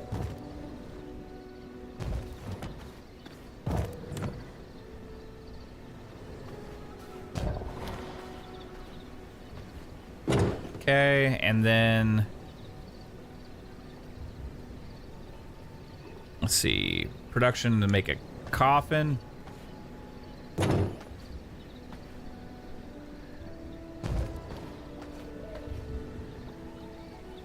We need a mist brazier.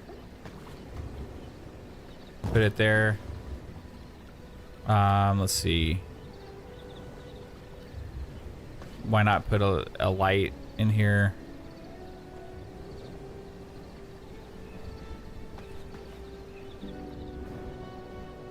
There we go. Mist brazier, we need bones. So I'm gonna split the bones up.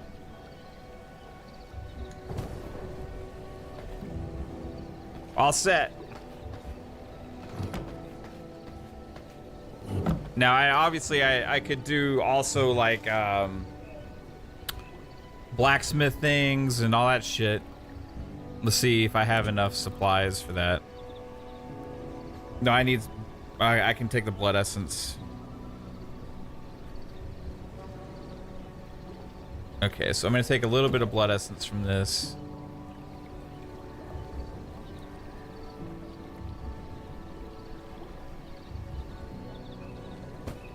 Wait, nope. I'm gonna split it. I'm out of... Okay. Do I have a chest in here?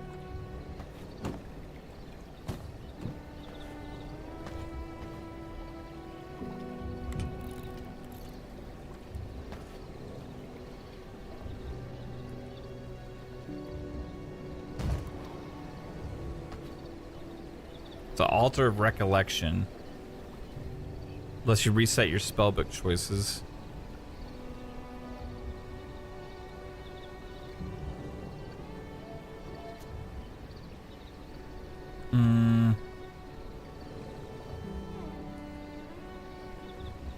Wait. Oh, storage. Here we go. Crafting. Oh, I need some planks. Fuck.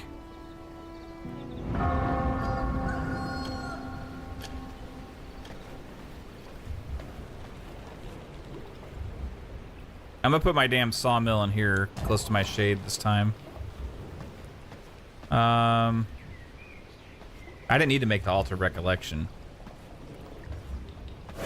But I do need to make a chest.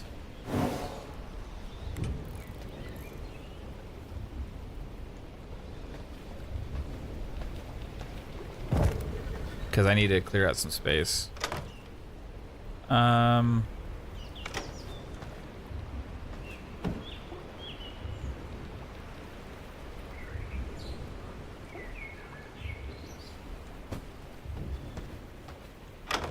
Chest.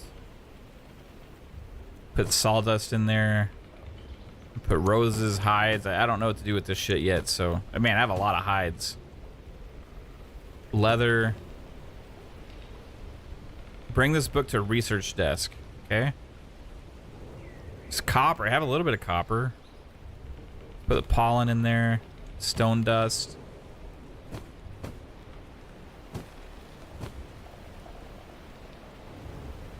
Okay, I need to put some wood in my sawmill. Make some planks.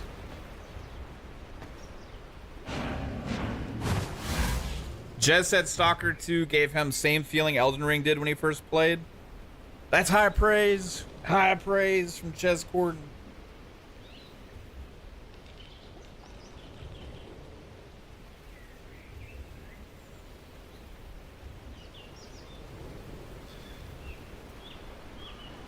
Let's hope that, I really hope that game is successful. Like, I really want the devs to succeed with that. It's probably going to be really good. I mean, it wasn't just Jez that was saying great things about Stalker 2. It was a lot of people. It's got a lot of different elements that are very compelling, but it's going to come down to how good the gameplay is, but as well as how good the RPG elements are. No, I meant to go to the chest.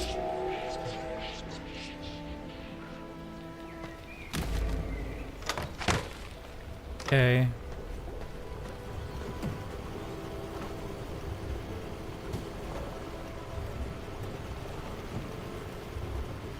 I don't need the dust. I just need the planks. I need the planks so I can make another, like, crafting station.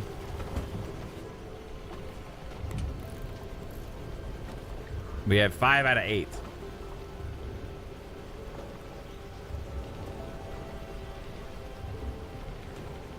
So I need to do this also. I need to make a furnace.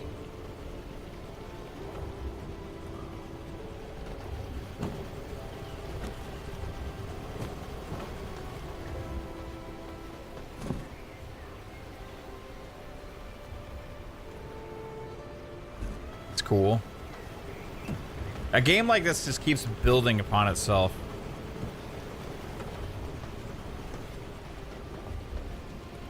We're burning bones for the mist. We got blood essence for the castle heart. Got wood going. Let's see, I need, how many wood planks we got? We got 8. We got enough.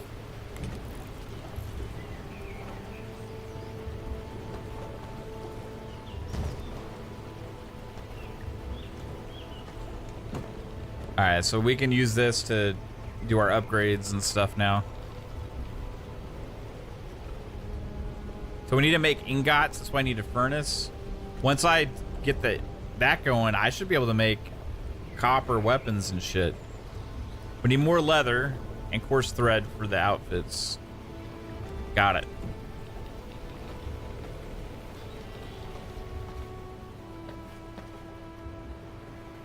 Well, I'm gonna eat this heart.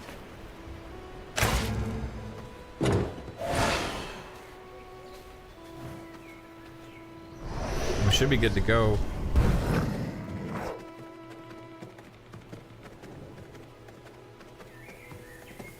Stay out of the light.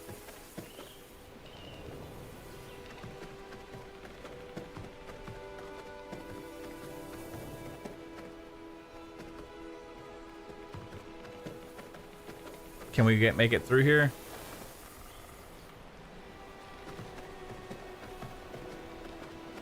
There is a way through. Nice. All right, which? Ooh, that way. Do we got to go in the cave?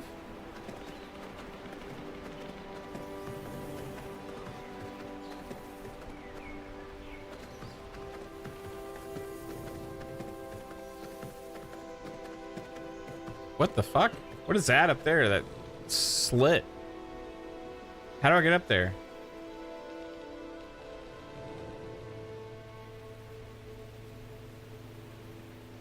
How the fuck do I get up there? Can I get up there?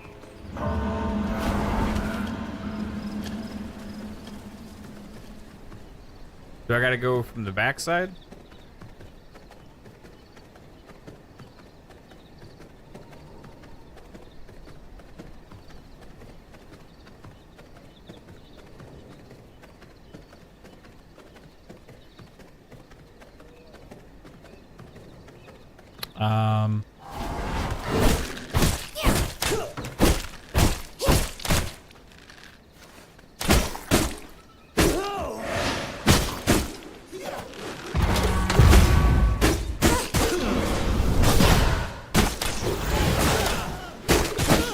They're trying to trap my ass. See that?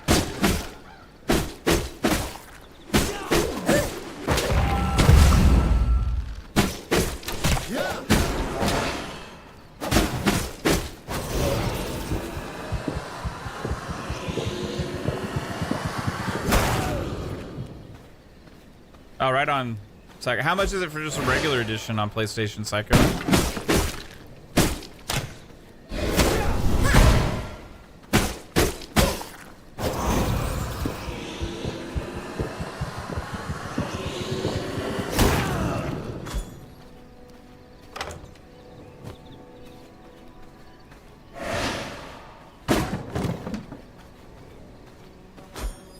Yeah, I mean, this is also going to be a different game, really, if you're playing it multiplayer. I decided I wanted to play single player, so... But if I was playing with friends and shit, like, I might play this sometime with Pong, because I think he has it. I'm sure it changes up the experience quite a bit. Alright, we're going to go around... $30? Okay.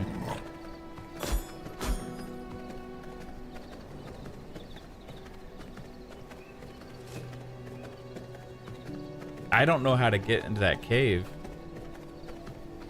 Do I need to turn into some kind of... Do I need to turn into a fucking bat or something? Can I even do that?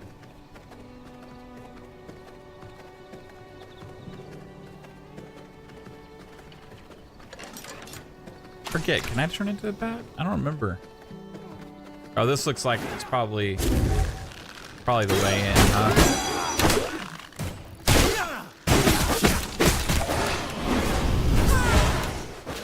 Damn. A lot of enemies. Fuck. Oh my god. Holy shit balls.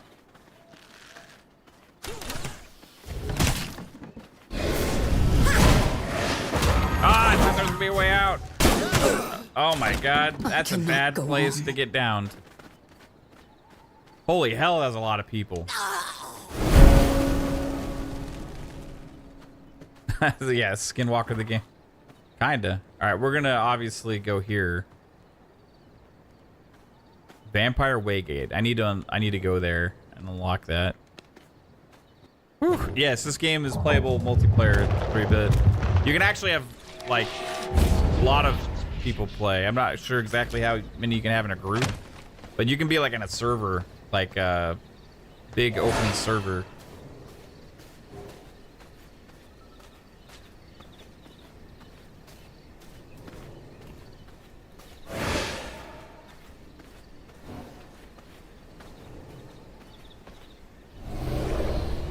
I need to rush to my shit, see if we can't.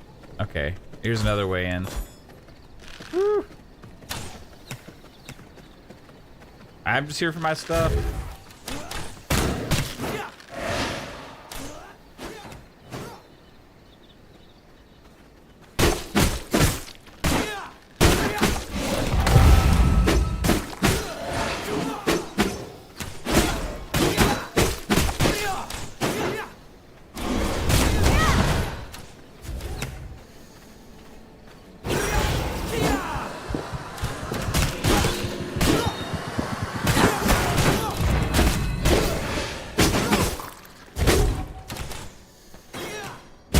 Oh, fuck. I didn't even see that guy.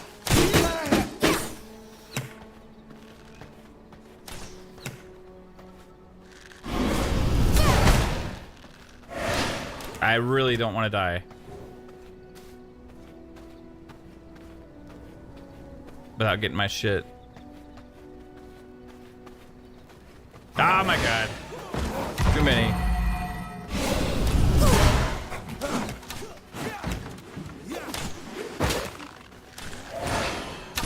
Too many guys. Too many guys. Fuck. I'm gonna die. Fuck is that?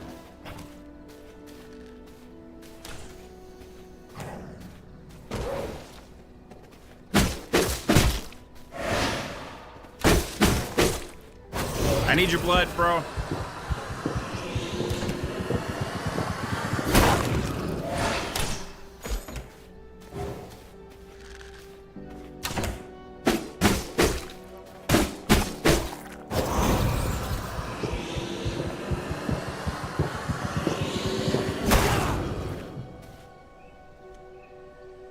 From my veins, I rejuvenate. Okay. Whew.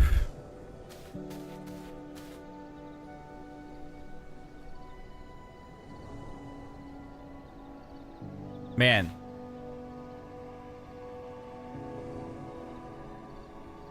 No joke. No fucking joke. Yeah, it's a good idea, right? Sanguine regeneration.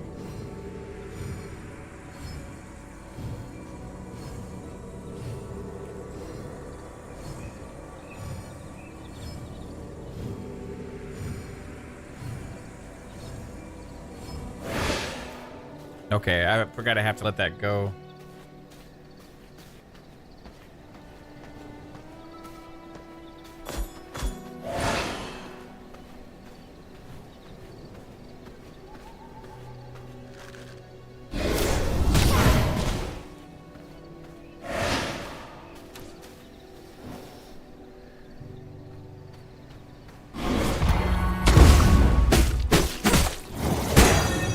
Oh shit, wrong button.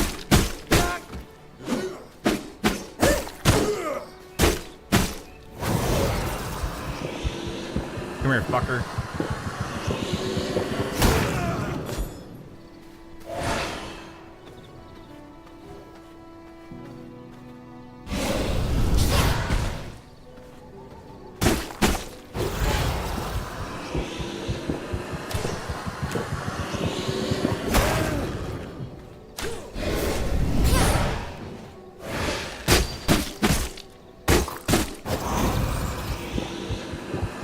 Getting all your fuckers' blood now.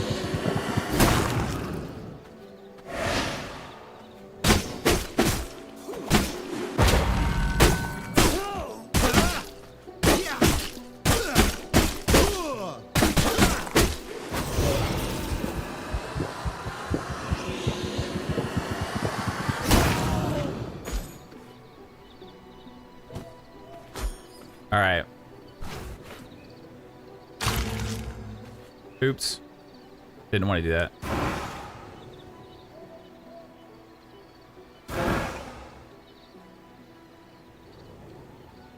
Blood sustains me.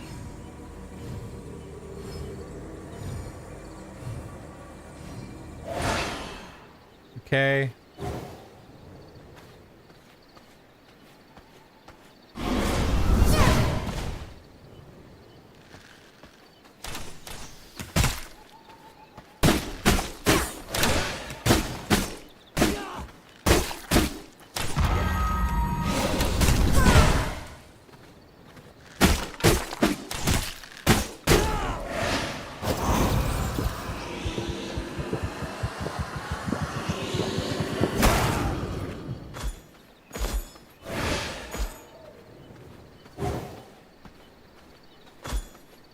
I'm probably doing something wrong with the feeding.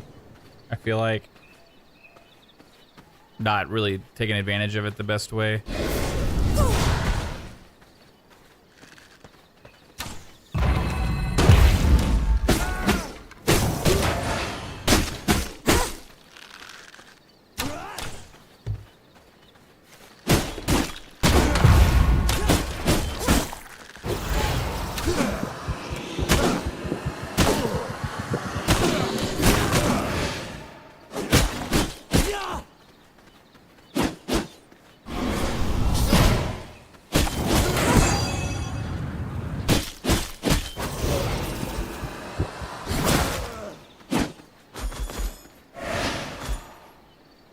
In multiplayer servers, clans come up with a 4-player maximum limit. Larger groups can circumvent this in private games where clans are expanded to 10 players.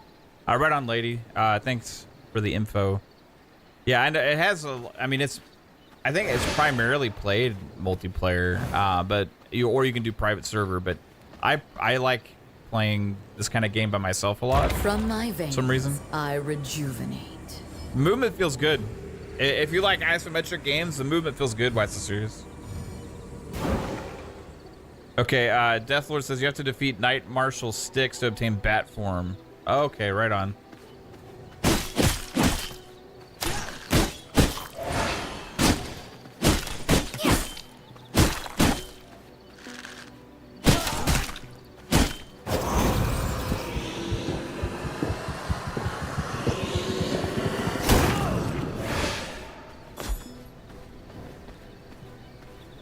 Man, there are a lot of these fuckers.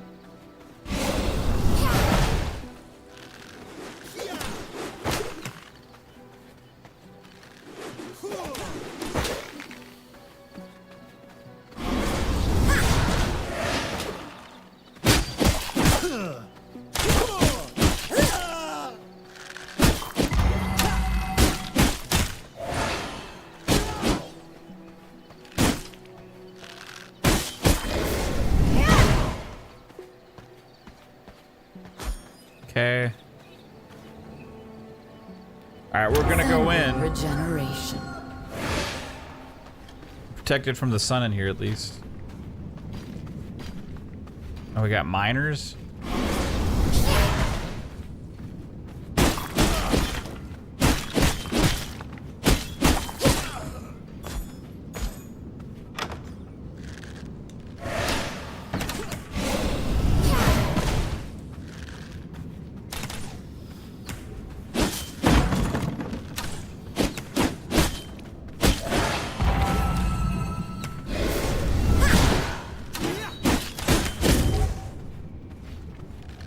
Oh, that fucker disappears.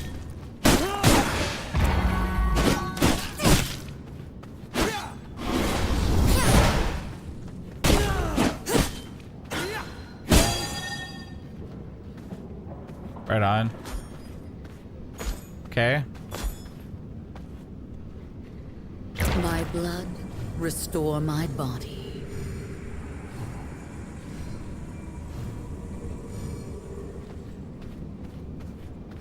I get everything? Okay. Whew.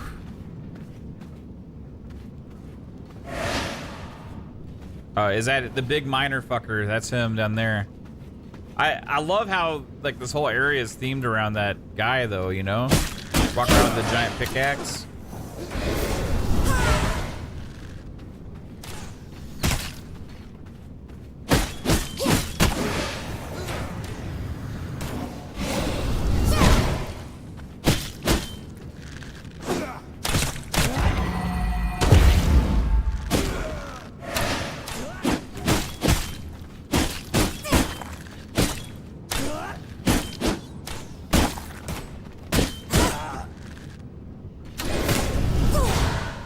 Fuck you. Okay. Get My some blood, restore healing. my body.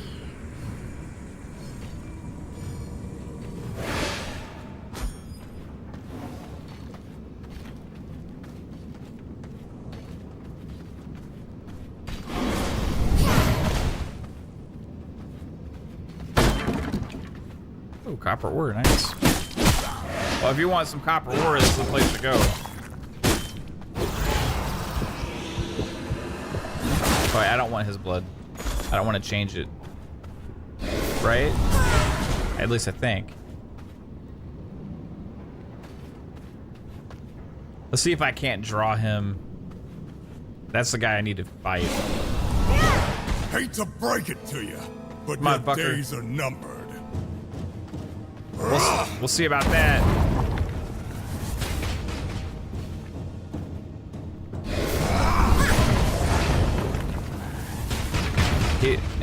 He seems kind of tough.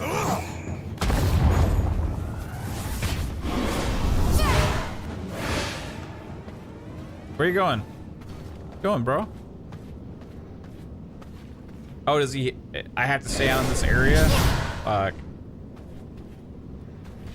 Uh-oh. Sanguine regeneration. Doing good, Poison. How are you?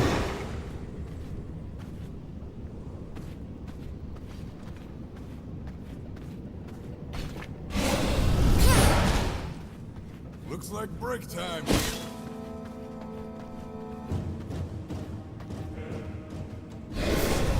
I don't want him getting help from these fuckers. I'm gonna take them out first.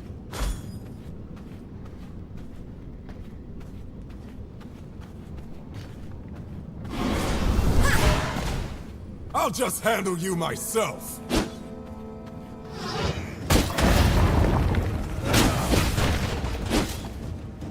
All right, here we go. Owie! Whoa. Okay. I wouldn't say he's easy.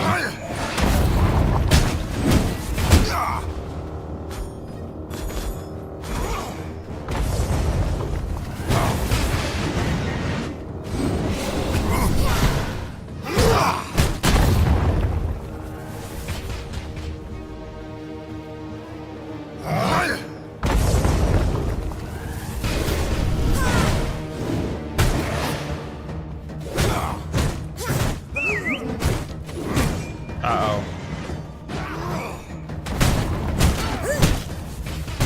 Had to call your buddies, huh?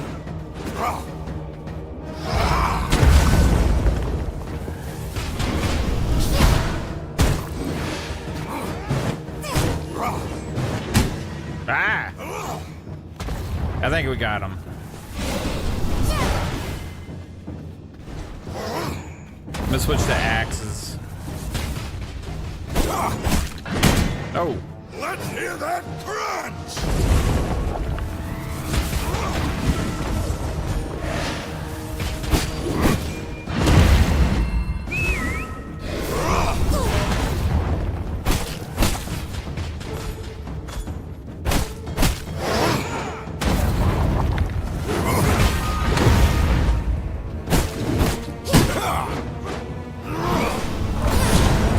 Let's hear that crunch! No, we don't need to hear it crunch.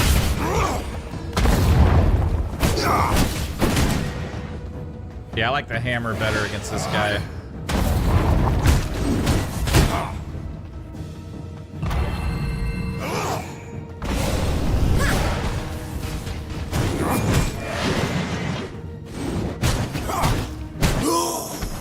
Yeah, bitch. Guess it's time to Got take your that blood. break.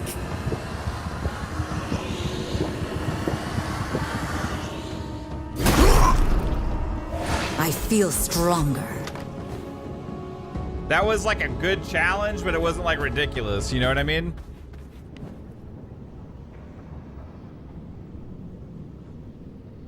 So what do we? Chaos spell point. Spend spell points to unlock new abilities using the spell book. So what is? All right, we got large. We got the material and gem storage. We got a new torch. Nice. Spell book. What did we learn here? Oh. Chaos magic. Nice. Okay. Power surge boosts a target ally or self-applying a fading haste that increases movement speed, attack speed, and physical attacks. Nice. Smash the ground, creating a shockwave. Okay. Launch 2 chaos bolts in sequence that deals 115% magic damage. I'm gonna do this one. And then I'm going to... Ooh, where do I want to replace it with? Oh, man. I don't want to get rid of my healing.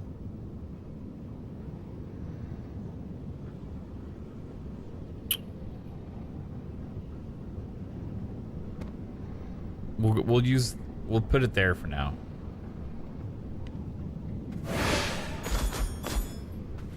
What's up, Stash? How's it going? Yeah, this game's really cool, man.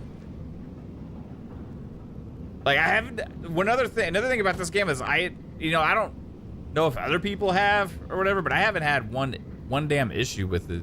Like, it's just runs well and plays well.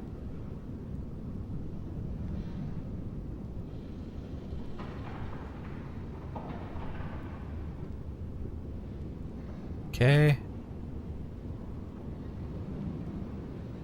Is there anything I can drop that's not... I don't need to carry this.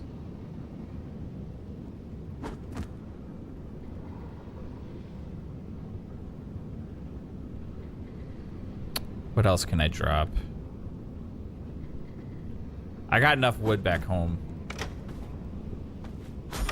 No, fuck. No, I don't want to. Eh. I'd rather have the leather and the frame. Take all this ore.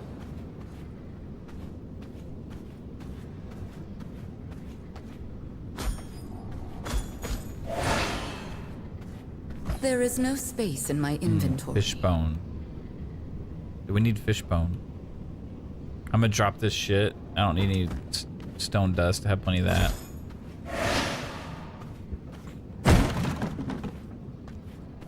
And we can go out this way and go back home. Wait, this way.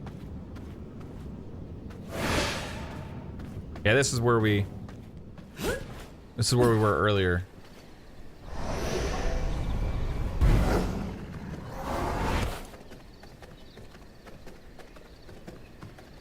Oh, okay. No, that was another way in on that side. I'd never see that.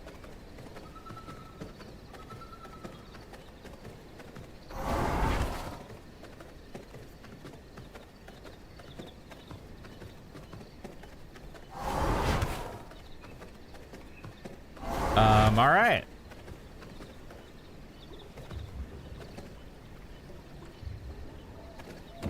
Cool. Super fucking cool. Oh yeah, did I leave this running? Okay, yeah, we got 12 more wood planks. Let's see. Small chest. Let's put a couple things in the chest.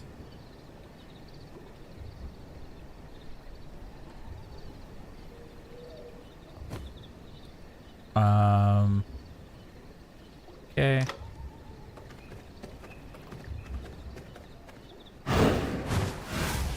Whew.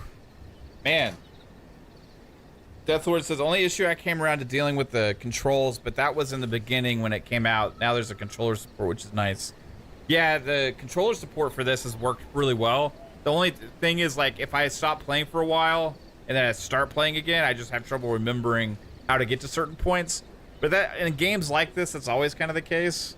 And, you know, obviously you're meant to play these games continuously for long periods of stretches, right? Not like play a day or two and then move on to something else and then come back to it 2 weeks, a month later.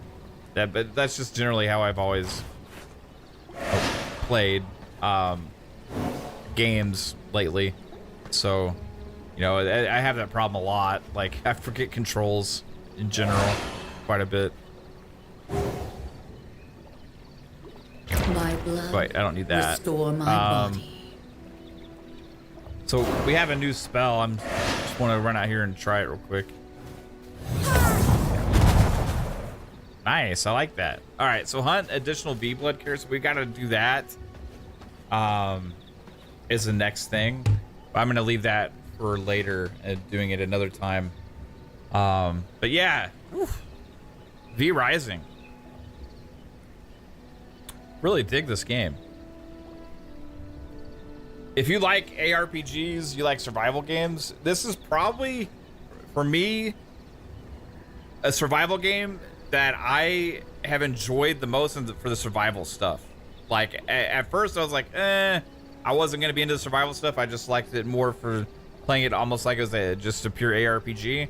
But the more I'm getting into the survival elements, I'm finding more and stuff that I'm enjoying with it.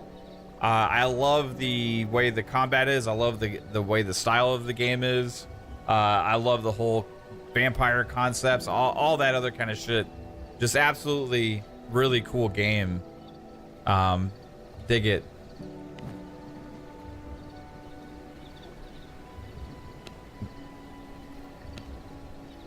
Like I said, you can't play multiplayer also. I've been playing this one single player. It has a Castlevania content. $34.99 on Steam. Psycho said it was $30 on PS5. Hopefully it comes to other consoles at some point here soon. I would really appreciate that if they did, because I would like to play this on Xbox.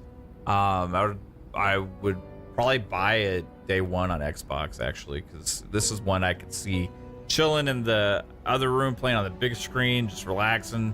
I think it'd be a good fit for the platform. But anyway, also we had a fun conversations today, just talking about other shit. 3-Bit's haunted microphone, whatever he's got going on with his house, fucking crazy.